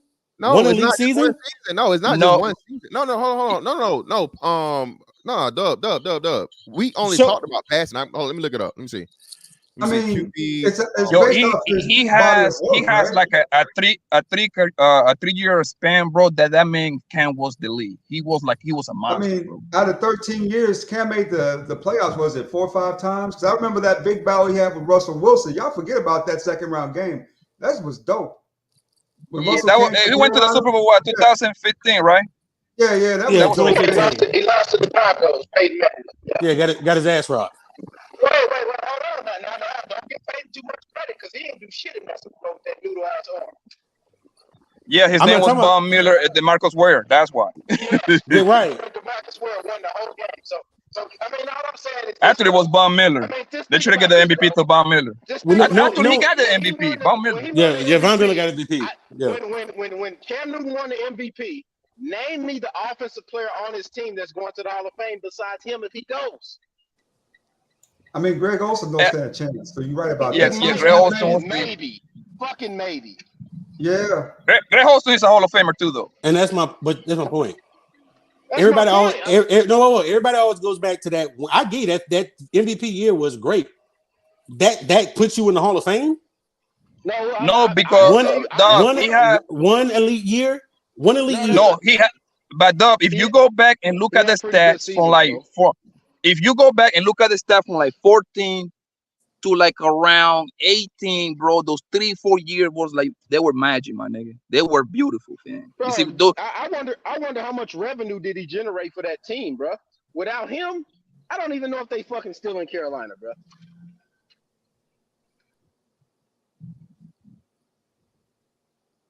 Yeah, like you said, yeah. If we didn't have, they was talking about moving that franchise for a minute. So yeah, I don't know what you sent me on the back. What's the name? But hold on. He's the best offensive player they ever had, and Julius Peppers is the best defensive player they ever had. And that's it. That's all they've ever had. If you really look at the team. Nah, Steve Smith. Hey, yo, you gotta make the argument for Steve Smith, bro. Steve Smith is Carolina. He's the best receiver. Steve Smith's the best offensive player they ever had. Over a prolonged period of time. It's Steve Smith. Yeah, with no quarterback until Cam. Yeah, he was playing with Jack at home and shit. And he was still going to work with no quarterback, without the quarterback. So that shows you how bad that shit is right there. That organization, man. Damn. Yeah, I give you that. Your Panthers ain't worth a damn. So all right, so let me show you this shit, right? All right, so Michael Vick has still got the most rushing yards by a quarterback. I didn't even know that. Damn, I didn't know that shit. So yeah, will Vic get in? I don't know, but y'all leaving out the aspect of the two. NFL is more strict from the political standpoint than the NBA is. So Vic is not going to get in. If he does, Vic gonna get that motherfucking Uncle Charles award, bro. Like, will Vic get in? Yeah, but I don't think it'll be while he alive. He gonna get his at the crossroads.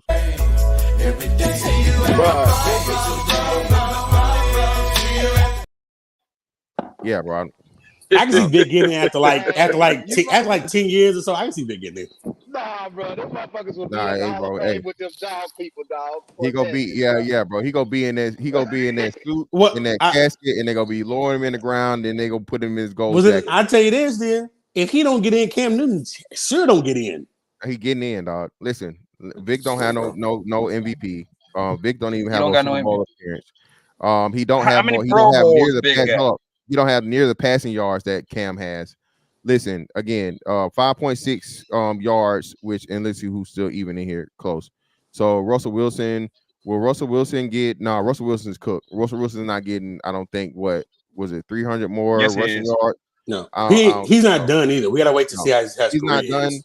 But is he gonna beat Cam? I don't think so. Lamar Jackson will eclipse Cam and possibly, and from the looks of it, going to eclipse what's the name too. So at worst possible scenario, Cam's gonna still be top 5 all time, right? Top 5 That's time in what? But Fantastic, you're looking at in it rushing wrong, as bro. a Because QB. Oh, listen, okay. In rushing yards. Okay. Russell Wilson, eventually we get in. That man went to 2 Super Bowls. No. Listen, Listen, probably that's what I'm saying. He's I'm talking not saying rushing he's going to be in yards. the Super Bowl. I'm talking about rushing yards. I said he's going to eclipse his Oh, rushing okay. yards. Yeah, that's what I'm talking. I'm not talking about him Listen, being what's name. And another thing, Russell Wilson the first and ballot another thing Hall. you got to take in consideration who is going to be up for Hall of Fame that year when Cam becomes available. If it is a weak class or it's a strong class, that comes into a whole lot of consideration. Yeah, but like I said, I don't think I'm not. Listen, I'm gonna say this again. I'm not making an argument about Cam being first ballot. I do not believe that Cam Newton is a first ballot Hall of Famer. I'm saying he will definitely get it in the Hall of Fame though. Terrell Owens was a first ballot Hall of Famer, and they made him wait. So that's what I'm trying to say. Because that was personal. That was personal. Yeah, that's what I'm saying. The same thing is going to keep Vic out. If you know what I'm saying, and I don't think Vic's going to make it. Or if he does make it, he'll be in the damn ground when he gets it. So they're super political. But Cam, bro, like you said, bro, Cam is just bro. Like I said, he was a generation's version of Vic and a trendsetter. Warren Moon and all that type shit. So he definitely he in there, bro. Come on. Vic never won an MVP. Vic never won an MVP. This is just how I do it, right? This is my subjective way I look at the Hall of Fame. The Hall of Fame is the elite of the elite, right? The best of the best.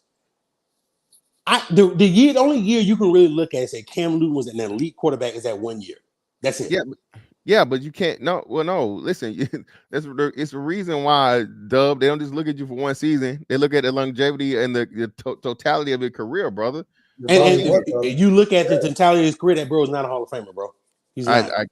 Again, the stats. He had a 3-year run, bro. A 3-year run. We put him in the Hall of Fame. Let's see. Let's see. Look at this one. Most. Georgia boy, let me help you out a little bit here, brother. The vast majority of quarterbacks who are in the Hall of Fame ain't really won 2 or 3 Super Bowls. Most of them ain't even been to a Super Bowl.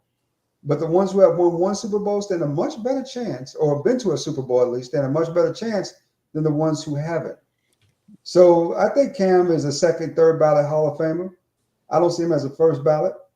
But you'll have to see his body of work in Carolina was actually pretty good if you look at the statistics year by year. The brother put up good yards, good numbers. It's just that his team around him at the time wasn't. Think about what you just said. He was pretty good. That's Hall of Fame worthy, pretty good. Yeah, we have to do. Everybody ain't elite in the Hall of Fame, bro. Everybody, come on now, Dub. Everybody in the Hall of Fame is not fucking elite. Like I said, especially if you start going back further and further. Let's just look at in the past 30 years, our lifetime. Who in the Hall of Fame ain't elite?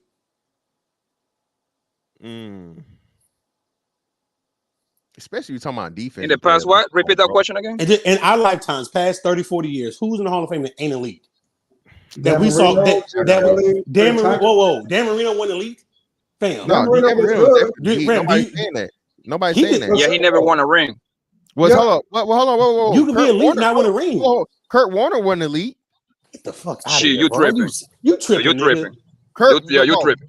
Kurt Warner wasn't fucking elite. The nigga yes, he was. Kurt Warner was the architect of the best show of turf, shit like that, whatever they call that. Again, bro, he was like fucking he had some of the best receivers and the best offense ever. So did Joe Montana. He made that machine goals, bro. And this is fantastic. Jerry Rice. Greatest show on turf. I mean, fantastic where your shit falls apart. Kurt Warner did it. Kurt Warner did it in Arizona Cardinals too, Brody. Right. He did it in 2 different things. Exactly. He went back to a Super Bowl. He played 3. Kurt Warner. If we want to talk about the Super Bowl, before Tom Brady, Kurt Warner had the top 3 passing games in the Super Bowl, bro. Eli Manning is definitely not elite. I don't think he should get in either. Now you're getting personal. No, nigga, no. No, yeah, you got him personal now, nigga. That's a nigga. I was raised in New York. Fuck your niggas. Okay. Eli is the god of New York, I nigga. got Get you. out of I here. got you. I got you. I got Eli you. is the god, my nigga. He's the giant killer. Okay? Okay. That's what Eli is. Hey, come on, tranquilo. Listen. I go back. Hey, I go back to my original statement. Name me a time we looked at Eli Manning as an elite quarterback, bro. Never. Nobody did. So how the fuck you get in the Hall of Fame? He beat Tom Brady. That's not what you. Well, hold on, listen to what I'm saying. Nobody. Dub. That's not the question you asked. You changed your question. You said name somebody in the Hall of Fame that's not elite.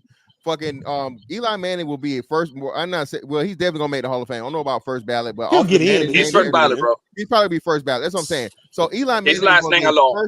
It's going to be a first ballot Hall of Famer, bro. And you're admitting that he ain't elite. So that answers the question. And hold on, and to you niggas right here, listen, bro. Look at his motherfucking receiving core, dog. This dude has never made a receiver. He's always had great fucking receivers. So again, if you got great receivers, bro, they don't make you fucking elite. He hasn't showed anything outside of that. Wait. If you got elite, so Peyton Manning disqualified then, right? So Peyton Manning disqualified. Peyton Manning made fucking receivers, bro. You gotta be fucking with me. He made Marvin Harrison. He made Reggie. He made Marvin Harrison. He made Reggie Wayne. He made Adrian James. Adrian James is a running back. Well, he but he was a machine.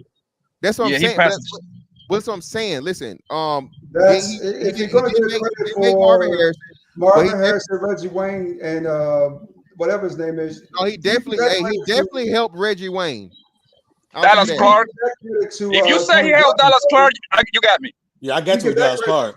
You get that credit to the coaches. He definitely helped Reggie Wayne. And then he went to Dallas and he have the Thomas RP from Georgia, Dub Will. The receiver. And he had the tight end Thomas. I forgot his goddamn first name. But his last name was Thomas. Yeah. No, Thomas. I forgot his first name. But he had the two Thomas. Demarius Thomas. Demarius Thomas, the wide receiver. Demarius Thomas, and then he had the tight end. But the point is, fantastic. You still need a quarterback to throw them the ball, bro. It don't matter, bro. I'm not saying that, but like you probably just made my point for me again. Before fucking he got there, Demarius Thomas, RP, and then we can't think of it, but that they got Tim Tebow. They wasn't doing shit. Exactly. That's what I'm saying, huh? You say what? They had the same team. Yo, Demarius Thomas playing with Tim Tebow. That nigga was catching like 2 balls per game. They were throwing like 100 yards a game. They brought in Peyton. Them niggas set records. No, this is how you get fantastic, bro. Yo, that nigga, Tim Tebow won a game where he completed 2 passes, bro. Hold on, let's see. Hold on, because Demarius Thomas played after Tim Tebow. Hold on. Remember, Tim Tebow made it to the second round that postseason against the Patriots. So Tim Tebow actually did pretty good. Yeah, because they beat the Steelers. Man, Tim Tebow was trash. Listen, second round is it particularly? We're talking about one lucky throw when they just stacked the box and made him throw it. Dispute. Let me give you a name you can't dispute that's in the Hall of Fame. Go ahead. Ain't even ever started in the postseason. Sonny Jurgensen never started in the postseason. He's in the Hall of Fame. How the hell you spell Demarius? Bro, I named all these old motherfuckers we don't even know about, bro. That's in the damn Hall of Fame. So I'm not even gonna argue with you niggas on that. That's why I say let's just keep it to people that we know. Like you can't keep it to the people that you know, because the people that you don't know can help make the point. The nameless motherfuckers that you don't know, bro. If you want to go back to the 50s and the 60s and all that with people we don't know, I mean, but we talk about people that we know and help us a stronger argument. Don't just start the Hall of Fame. Don't just start at 20. No, because a nigga could have been elite in the 50s and we have no idea who that is. That doesn't mean he's negated. Yeah, but what I'm saying is you still for the stats or whatever to look at it. If you got 20,000 more passing yards than somebody and an MVP or whatever, bro, that shit matters. And then, like I say, you start adding in the rushing yards and everything else. But you brought up people you brought up people like Ken Stabler and George Blanda. They're gonna, of course, guys, so they're gonna have more passing yards. It's a different style of game, but that doesn't mean that Ken Stabler wasn't elite. You got to 60%. Hold on. See what I'm saying? Hold on, give me a second. I'm trying to find this damn thing with the damn quarterback. And y'all still, bro, I'm not buying, bro. Elite to me, bro, is like top 10 quarterback all time. I can't believe y'all saying Kurt Warner is elite. Y'all fucking crazy. The nigga went to 3 Super Bowls, bro. Oh, what? The niggas in the Buffalo who played for the Buffalo Bills when the Buffalo went what? Three straight time and lost all of them. 4 straight time, and all the niggas got in. They were damn, you went to the foot. Whoa. So that Jim Kelly, Bruce Smith, what's the running back? I think. Is Jim Kelly in the Hall of Fame? I didn't even know he was in there. He went Yeah. to 4 Super Bowls, lost all 4 of them. But you went to 4 straight. That's not okay. That's not elite shit going to 4 straight Hall of Fame. I mean, 4 straight Super Bowls. Losing all 4. Wait. Winning the AFC 4 years in a row is not elite. Y'all, you taking away Cam, motherfucking, for winning it one. Yeah, I'm taking away from Cam because I look at Cam's career and I look at a 3. No. Fan. You're a fucking Falcons fan. I'm a Raiders fan actually. One. Secondly, I look at Cam's career and I see 1 elite year and I see 3 years where he was good. Again, going to the Super Bowl 4 straight years, that's some historic shit, whether you want them or not. Total fucking the NFL Hall of Fame, like I said, is total pro career. The man has accolades, bro. He has accolades. He's second all time in rushing. He's not gonna finish anything less than fucking top 5 or top 4 all time, more likely than not. What MVP, Rookie of the Year.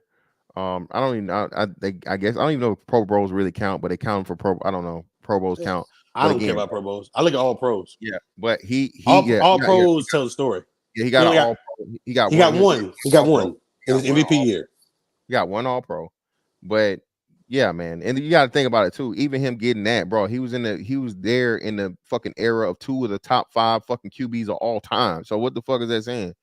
The dude got it. I'll go to the Raiders. Rich Gannon has the MVP. That's not he's not a Hall of Famer. Rich Gannon got an MVP. Yeah. Rich Gannon? Yeah. The year they went to the Super Bowl and got blew out by the Buccaneers. He got an MVP that year. He's not a Hall of Famer. They got sabotaged by the Buccaneers. That's a different story, right? But yeah, man, I was like, nah, bro. Cam's in there, bro. Rich Gannon is not. He don't have the stats that Cam got. So that's what I'm saying. Like when it comes to like you rushing yards and what's the name total, like you said, people are talking about you can't big up and try to say how good of a QB that. Not saying nobody's saying that Dak Prescott is a Hall of Famer. Not saying that. But again, just the people up to date and the stuff that people of today are doing, and then look at Cam and say that like, nah, bro, he gonna make it all. And again, I think y'all stuck on the first ballot thing. I never said that. I never said Cam Newton's a first ballot Hall of Famer. But to say that Cam Newton's not a Hall of Famer, bro, is crazy. I wasn't never stuck on the first ballot. I don't think he's a Hall of Famer. Yeah, y'all smoking, bro. Yeah, you need to sell that. Well, listen, if we gonna just lower the standard and make it to where you can just have a good 3-year run and get in. It's not lowering the standard, bro. It is lowering the standard. It's not. It's not lowering the standard. Besides the point. It's beside the point. Let's just keep total, it real. It's the total. It is the total fucking. So you can be elite. You can be elite for 1 year and get an Hall of Fame. That's what you're telling me. It's Georgia boy. It's beside the point. If I play professional football at any level, if I was even paying league minimum, I expect some level of respect for a camp that I'm hosting. We passed that. We're not talking about that. We're not talking about that. I'm with you 100% on the respect thing. I'm not saying Cam Newton don't deserve respect. And no, most definitely. I'm just talking about once we get to that rarefied air of Hall of Fame, bro. While you were playing, we need to be looking at you as one of the few guys that we consider elite. And during that time period, hold on, let me finish this point. During that time period that Cam was doing his thing, the elite quarterbacks, we all knew who they were. It was Brady, it was Manning, it was Roethlisberger, it was Breeze. That's about it, bro. But that's what I'm saying. So listen what you're saying. You're talking about all those people you named were top 10 all-time QBs, bro. And he had to compete and fucking overcome that. And like I said, and you left out Breeze. You didn't even say Breeze. I did say Breeze.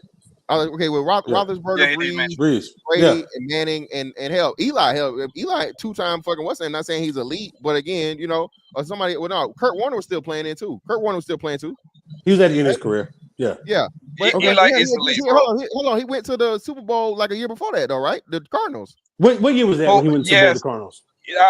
13. I remember that. Okay, like a couple years before that. So that's what I'm saying. So Cam was competing in what? Cam came in what? 2011. Cam was in the 2010 draft, I believe, if I'm not mistaken. So 2011, right? So that's what I'm saying. So the 2011 season, in the midst of Rookie of the Year.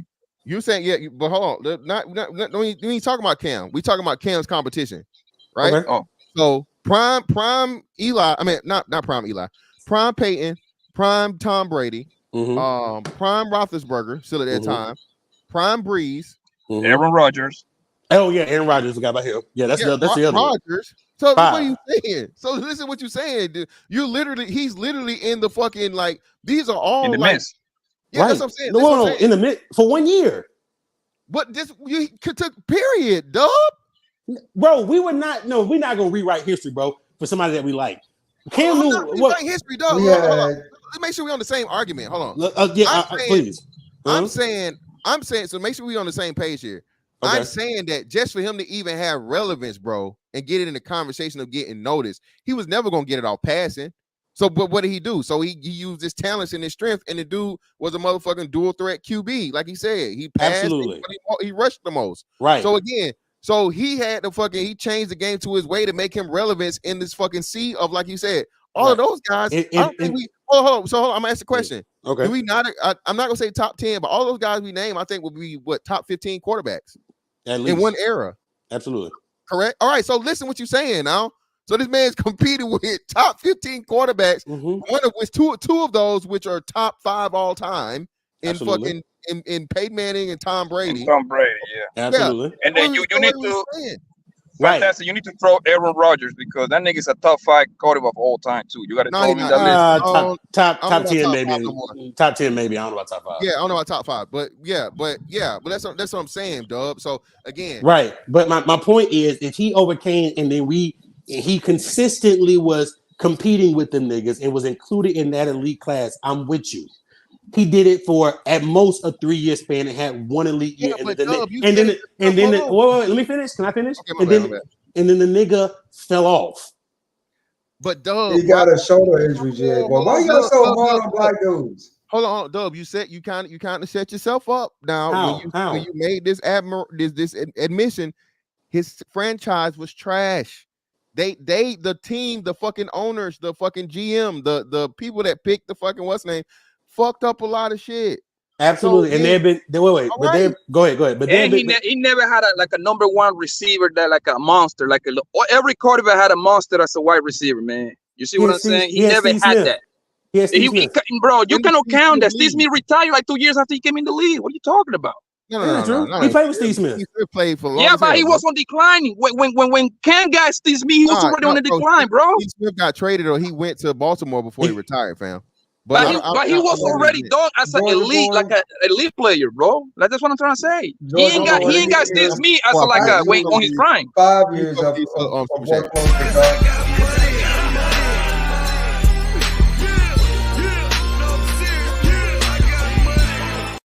Shout out Raw for the 5. Appreciate your brother. The little Smiggers, Smurf Ninjas would have tried that with Tom Brady. They did it with Cam because they knew they could get away with it. Yeah, bro, bro. I don't think anybody in a camp in anything would even think of putting hands on fucking Tom Brady or Peyton Manning, bro. Yeah, that's not gonna happen. Yeah, it's not even thinking about it, bro. I just looked it up. You're right about Steve Smith, Poppy. You're right. He was already in Baltimore by the time. You're right. EA 33. Appreciate you, bro.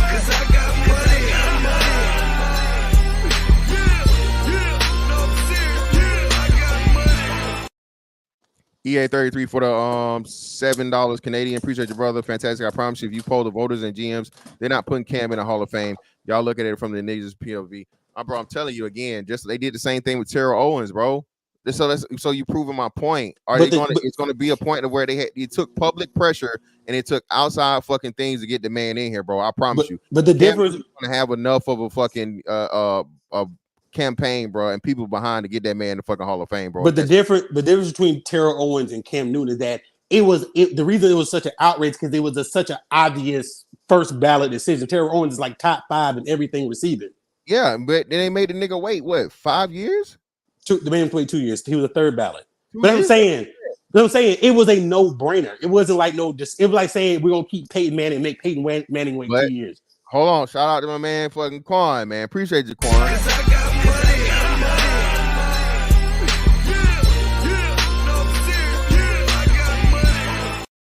So again, now we gotta ask the question: where the fuck is Peyton Manning? I mean, not Peyton. Eli keeps saying fucking Peyton, but Eli Manning, man, this kind of messes up a whole bunch of damn things. Y'all, everybody accepts the premise that he's not elite at all. I don't put him in. I'm one of the few niggas that say he's not a Hall of Famer. where he going. Come on, you know Yeah. good in hell. But Now, man got, yeah, I know. I'm not blind. He's going to he's go because he beat he Brady had twice, and he's a Manning. yeah. But Thank we, right. But how Thank you. can we put you in the hall of the elite when you were never elite when you played? That's my Hold point. on.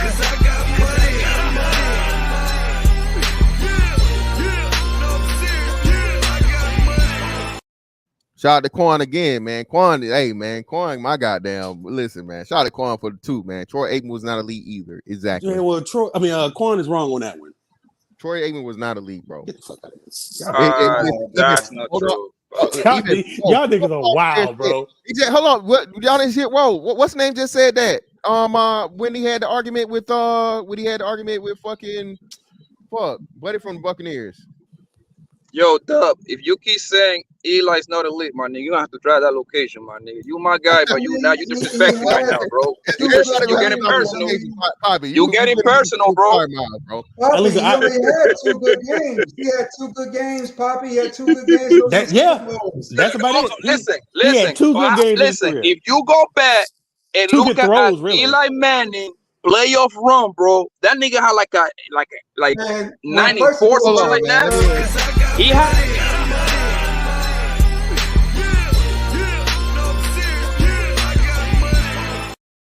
Shout out to my man Eli Morris. Thank you, nigga. I'm a motherfucking Peyton Manning motherfucking student, nigga. If you saying outside of motherfucking Marvin Harrison, bro, outside of Marvin Harrison, you cannot say that motherfucking Eli Manning did not make fucking receivers and tight ends, bro. Again, and they'll even give you that credit. Outside of Marvin Harrison, bro, he Reggie Wayne.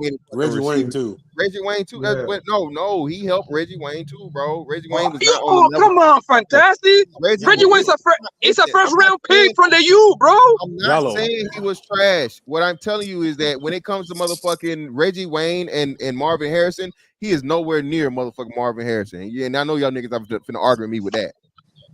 We're not even finna make that argument, okay? My biggest argument with you, fantastic, is that you're giving Peyton Manning all this credit and Tony Dungy none of it. Tony Dungy's the one who won that Super Bowl with him. Remember, he almost won one at Tampa. Sam Brother, you're going too far, bro. You're going too far. Listen, I mean, just keeping it real. No, I'm not. You're not keeping it real at all. Again, Peyton Manning in his first 6 seasons did not make. We have already accepted the premise. We have already accepted the most interceptions. Brother, I don't want to league. Brother.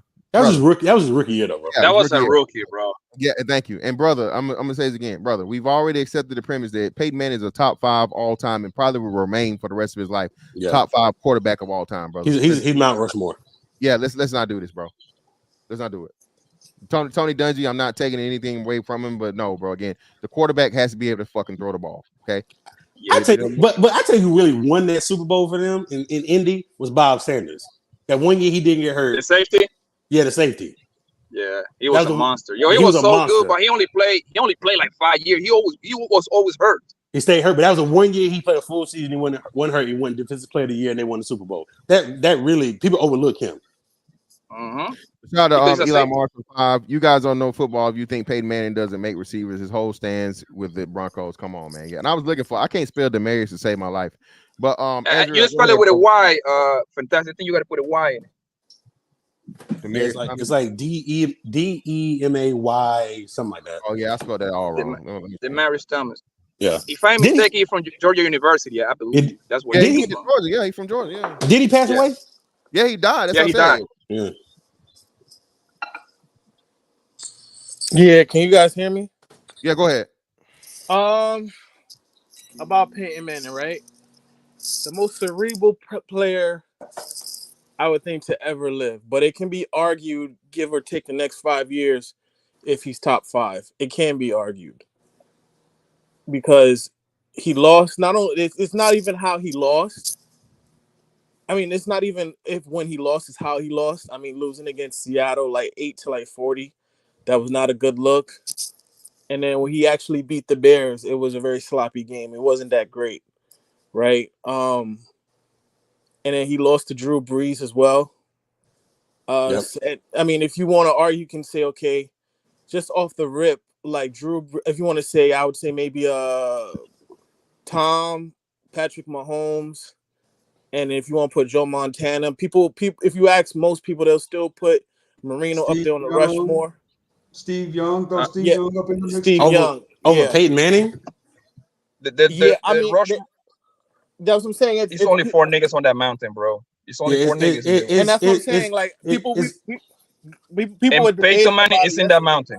Yeah, bro. It's Brady, Manning, Montana, and it'll end up being Mahomes. That's my in Mahomes. But what I'm saying is what I'm saying is even how he lost. Like I can argue. You might. It depends. It's Tom Brady very lost arguable. too. So what would you say about him? He lost twice against Eli Manning, which this but it's bad how he guy, lost. Doug Like, Wilkie, saying he's not elite. No, look. But the games were still close. A prime But example. it's a loss. No. When he played the Saints, he threw a game losing interception, man. Yeah, and pick they six. took it to the But house. that's a bad argument, bro, because Michael Jordan got swept. So what you gonna say about that? No, what I'm saying is at the big moments, and Hold on, just let me make this point real quick. I'm gonna say this, and then what's that? Like I said, bro, and God bless it, Dad. No disrespect to Demarius Thomas, man. You know, Georgia boy, whatever. Hey, bro, the man more than doubled his fucking QBs once Peyton Manning got there, bro. I'm looking at his stats. Absolutely. So yeah, bro. To say that Peyton Manning don't make receivers, bro. Come on, dog. What are we talking Oh about? no, he definitely makes receivers. I was just arguing about Marvin Harrison and Reggie Wayne. Yeah, I never say that. But those that would be a dumb statement. The rest of niggas, I agree with you. Marvin Harrison is a generational talent. Like he would have went anywhere. Yeah, Marvin Harrison is one. So is Reggie Wayne. Yeah, no, I'm saying no. Marvin Harrison would have went anywhere. He would have been great. But what do y'all think, Georgia boys? Fantastic. Where y'all think Marvin Harrison Jr. gonna land? Because brother, I want him bad down here in Atlanta. I want Marvin Harrison Jr. Please. He might go to Marvin the Harrison Patriots. He going to Chicago. No. He might go to the Patriots, depending, because they're saying okay, they might keep what's his name and then just start over with OJ Mayo as the coach, because OJ Mayo is the coach now. So they're thinking they might go for Marvin Harrison, and if they don't, they might pick Drake May, which they're saying he might be like the next Josh Allen or what have you. He's from North Carolina. It all depends. It all depends on Atlanta. I think it's gonna really depend on what Chicago do if they get rid of Justin Fields, because if they do, then they might be able to get Marvin Harrison as well, and then have him with Caleb Williams. So Chicago gonna get the kid from USC, Williams. Yeah, Caleb Williams. That's what I think. Let me say this too. I'm not a big fan of Caleb Williams like that. I am. I hope not. Chicago, they had 22 quarterbacks since 1998, man. The most in the league, brother. First rounds, second rounds, drafts, all that good stuff. And they have ruined it only takes one, bro, because look at Kansas City. Kansas City went through a whole lot. If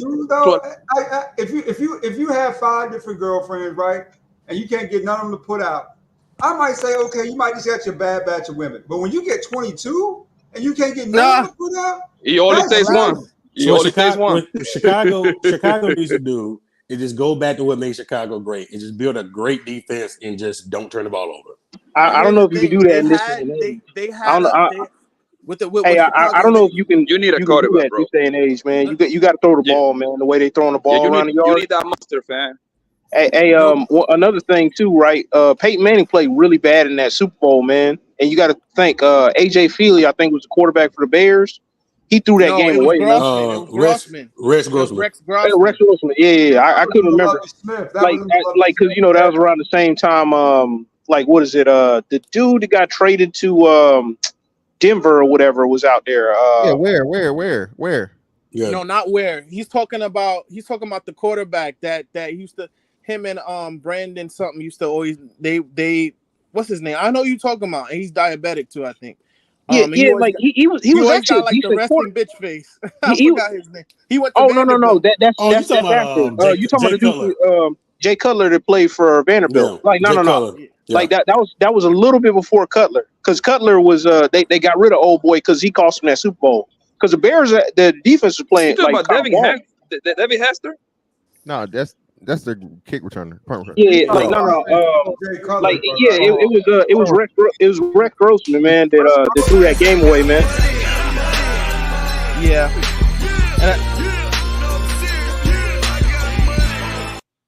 Eli is not elite, but 18-1 equals elite in NY. Absolutely, yeah. Put him, Oh put him my in the, fucking put him, god, yo, these put him people in the, disrespectful, hey, bro. put him in. Hey, I ain't gonna lie, man. Eli had a crazy Yo, run, man. fantastic. You do bounties over here? We need to get these niggas No, out of no bounties, man. No bounties. All the people content for the Hey, Poppy, put Eli in the.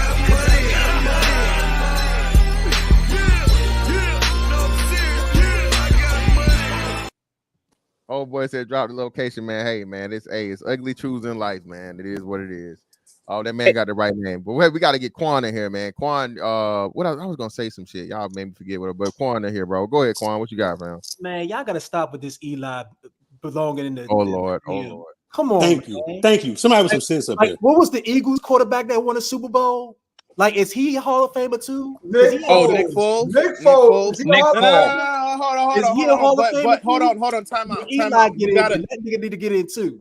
But you got to also see, here's the thing, what the difference between the NFL and the NBA, they also look not only by your Super Bowls, like how many Pro Bowls you made compared to your to your contemporary. So if you think about Eli, right? Who was his contemporary? The whole body of work, pretty much. It was Brady Rivers. It was Brady Rivers, Drew Brees, Roethlisberger. So they're gonna compare. They're gonna compare his numbers. So he might. Being a Manning, he's probably going to be a first ballot. To make him second ballot, that's going to be looked at as like quote unquote disrespectful. But it's not. I think definitely Cam is, if he's not first ballot, he's definitely second ballot. I think it's sick. I mean, he broke a lot of rookie touchdown records before Andrew Luck did. He also, 15-1, and then the way, and it's another thing too, how you win too as well, is that's the determining factor. Because you can have somebody like a Dak Prescott, he's not making it to the Hall of Fame. He's not. I know y'all niggas on fucked up now, man. Y'all hold on, y'all got prime VA up here, bro. So y'all done talk too much football shit, man. We gotta get prime VA. Y'all niggas. So any niggas have so this new standard is any nigga has a good 3-year run, you're going to the Hall of Fame. There we go. Eli get in, everybody can get in. Overall, man. You talking about good 2-year run? No, 2-year Okay, run. so with that being said, let me ask you a question. Let me ask you a question. Let me ask you a question. With that being said, you said a 3-year run. So do you think Andrew Luck is going to be in the Hall of Fame? Say again? Who? Andrew Luck is going to be in the Hall of Fame? Hell no. No, he didn't play long enough. And I don't think you have the yards, man, to even compete. Just give y'all perspective though. They were actually talking. That was a question on ESPN, bro, like last year at some point. That was a by question. Andrew Luck? Yes, they asked the question. ESPN asked the fucking question. Yeah, but this is not a question that nobody I'll was say this by asking. Andrew Luck. I'll say this by Andrew Luck. I'll say this by Andrew Luck. Go ahead, Brian. Yo, I'm up here driving to work, so it might be a little loud. But so the thing about Eli, the reason why I'll never call him elite is because in 15 seasons, he only had 2 good seasons statistically. And then when you look at the 2 Super Bowls that they won because of their defense. Both years, they led the league in sacks, and they had 4 of the most elite pass rushers ever in the game. So Eli played well enough to not fuck it up. Yeah, Eli played well enough to not fuck it up, but he wasn't the reason they won those Super Bowls. Thank you. High level game manager, right?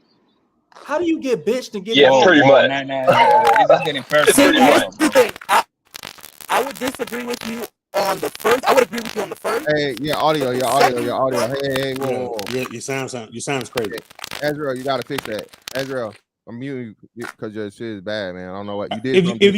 If you look at them Super Bowls, let me tell you something. I know Eli is elite, bro. That throw that he made with Mario Manningham on the sideline, bro. That's the best throw in NFL history, nigga. Let's stop that bullshit, bro. One throw. Not even that. Hold on, listen. Terrell Davis, and I was looking at that. You know, when I actually had it, I just fucking closed. I swear to God, I meant to show it, but we saw my quarterback, so I left it on. Bro, Terrell Davis is a Hall of Famer, bro. Facts. Come on. Absolutely. And Ricky yeah, go ahead. Exactly. That's what I'm saying. But you said 3 good years. He got 2,000 yard rushing yards. No. Fantastic. Terrell Davis had 4 excellent years, an MVP, Super Bowl. Super Bowl. What's Sean Alexander, right? Sean Alexander. He's gonna be a Hall of Famer. He should Exactly. be. I don't know if he'll get in, but he should be. Go ahead. But that's what I'm saying. So like you bro, it's very few people. Dub, it's the NFL, man. Very few people at any position come through and dominate for 7+ years, fam. And they go to the Cam Hall of is Fame. going And to they the go, Hall of Fame. and they go to the Hall of Fame. It's kind of rare for guys to have a run like that. It's rare. And it's rare to go to the Hall of Fame. Go ahead. Fantastic. Go ahead, Quan. Go ahead. Look up Ricky Waters. Ricky Waters has one of the best resumes for the Hall of Fame. He scored 6 touchdowns in the Super Bowl. He has like, I think he either top 10 or top 15 in total yards, period. And he not in. But y'all telling me Richard Waters was a beast. Yeah, that's Yeah, but we can't negate the fact that a lot of his politics. Look at the Terrell Owens stuff that y'all was talking about. Let me Like give you the name that he of a got guy held who's up clean. because people didn't like him. Yeah, Terrell Owens is one of the best 3 receivers to ever live, bro. Like they just blackballed him. All I'm saying is, if Eli get in, Cam got to get in, dog. Go look at Ricky Waters' stats and tell me. Let me give you one guy of all guys that I think should be in the Hall of Fame, and he ain't in the Hall of Fame, but I can't disagree with it.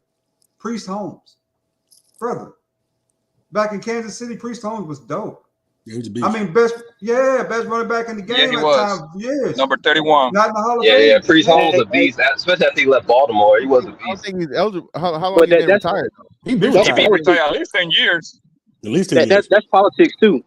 Because you remember the Chiefs, he got a the ring Chiefs with didn't the even want to Ravens. put him in the Chiefs Hall of Fame because like he Right. was kind of disrespectful. You know what I'm saying? It all comes down to your location, bro, the narrative that you created. That's how I know Cam Newton's going to get in. Cam Newton was North Carolina, fan. That's it. He's going to get in, bro. He's going Cam to get in Newton no played matter what. hurt a lot too. He played hurt a lot. Like even the year they won the Super Bowl, he played with a hurt shoulder that whole season. Like his shoulder was jacked up. With a torn labor. Yeah. But like, nah, I don't know. I think Cam is a Yo, Hall Mo, of don't you open your mouth to say something about Eli, my nigga, please. Hey, Poppy, two Cam good a Hall of throws. Famer. Two good throws in his career. He gonna get in the Hall of Fame. Two good I throws. think Cam is a Well, Hall of Famer. they were the 2 throws that counted. I don't give a fuck, Hey, my look. nigga. Come on. Eli better think Michael It's like if you Strahan, fuck. Justin It's like Tuck. if you fuck. Yo, it's like you fuck 2 bitches, my nigga. That happen to be billionaires. That's the 2 hoes that counts anyway. Who gives a fuck about the other one? Eli better think O.C. Umenyiora, Michael Strahan, Justin Tuck, all the. What was it? I forgot the name of the receiver he threw to. What was his name he threw to? Mario Manningham. helmet catch. And David that was a Tyree. better catch than it was though, because remember it was underthrown. Mario Manningham had to come back and get the ball. So you mistaken, bro. And it was Mario Manningham who caught the ball. Yeah, remember because he went overhand, he overthrew it, and it was Mario Manningham. He came back and got it actually. So Mario should get more credit than Eli for the catch versus the throw. I don't know what catch you're talking about, but that ball that Eli threw to Mario Manningham was perfect. You're looking at the wrong play, bro. He's talking about David Tyree in the first Super Bowl. Oh, yeah, the first Super Bowl. Listen, I give you that. If you want to say that the throw was lucky and all that bullshit, hey, I give you that. But hey, better be lucky than sorry. I tell you that. I just can't call him elite when he had 2 good seasons out of 15. I just can't do it. 2 good statistical seasons. And my thing is, also too, you gonna talk about like bad placement or whatever. Eli had like moments where he was like all over the place, man. You don't even get to the one-handed catch if you don't overthrow Beckham like that. You know what I'm saying? Because you got to overthrow a short receiver for him to stretch out. Can you pull up Eli Manning record on the playoff, please, man? Eli Hall of Famer, dog. Yeah, because his name and he got 2 rings. Yeah, of course he is. He a Hall of Famer, dog. The simple fact that Eli Manning. But if he gets in, Cam Newton need to get. Let me say this real quick. Listen, y'all niggas make arguments we're not making. What we saying is that if he is a Hall of Famer, right? The 2 fucking Super Bowls or whatnot, there's no way you can't say Cam isn't. Cam a Hall of Famer. Exactly. If Eli get in, Cam better get in. Hey, Eli get in, everybody goes. And everybody knows that Eli is getting in first ballot, probably not deservingly. But Eli Manning, like you said, will be a first ballot Hall of Famer off of being the only motherfucker to beat motherfucking Tom Brady twice. And like you said, just horrible ass numbers outside of that accolade alone. You know what I'm saying? And oh my bad, and having the fucking family name of football. So again, And fantastic, yo, he fantastic. By Eli Manning winning the first Super Bowl, an 18-0 thing with all the records. That right there alone making a Hall of Famer by one ring. And he got another one, bro. Come on, man. Stop playing with my nigga, bro. So I got a question. Listen, I So I seen got a Cam question. Newton. I seen Cam Newton play my cousin at Bland College here in Texas. Man, he ran all over them boys. man, listen. If Eli Manning gets in, Brad Johnson gets in. Thank Who's you. the Ravens quarterback when they won the Super Bowl? Trent He Dilfer. gets in. No, All them bums. Trent Dilfer. No, sir. I'm putting Trent Dilfer. Do you know Eli Manning never missed a game? He only missed one game in his career. He got I wish benched. he would have missed more games because he was so awful. He was drunk. Eli Manning looked like he was drunk out there half the time. Like he had a whole fifth of scotch before he started. So we doing He participation. looked bad. Wait. So we doing participation trophy. So he In the participated, so he NFL. get in. In the NFL. Get the fuck out of here. No, that counts for something, my nigga. Hey, y'all niggas, man, y'all explain this debate extended it out longer than we wanted to be, man. I appreciate y'all for coming up here. Cam Newton need to leave these niggas, these little young ungrateful niggas alone and wait for his gold jacket, goddamn it, because he don't have one. I'm going to the white Mexican community for now. I never go back with them niggas. Hey man, I appreciate y'all for coming up, bro. Thank you, Mr. Fantastic. Thank you, Mr. Fantastic, for tolerating me today and allowing me to enjoy a good conversation. Yeah, Thank man. you.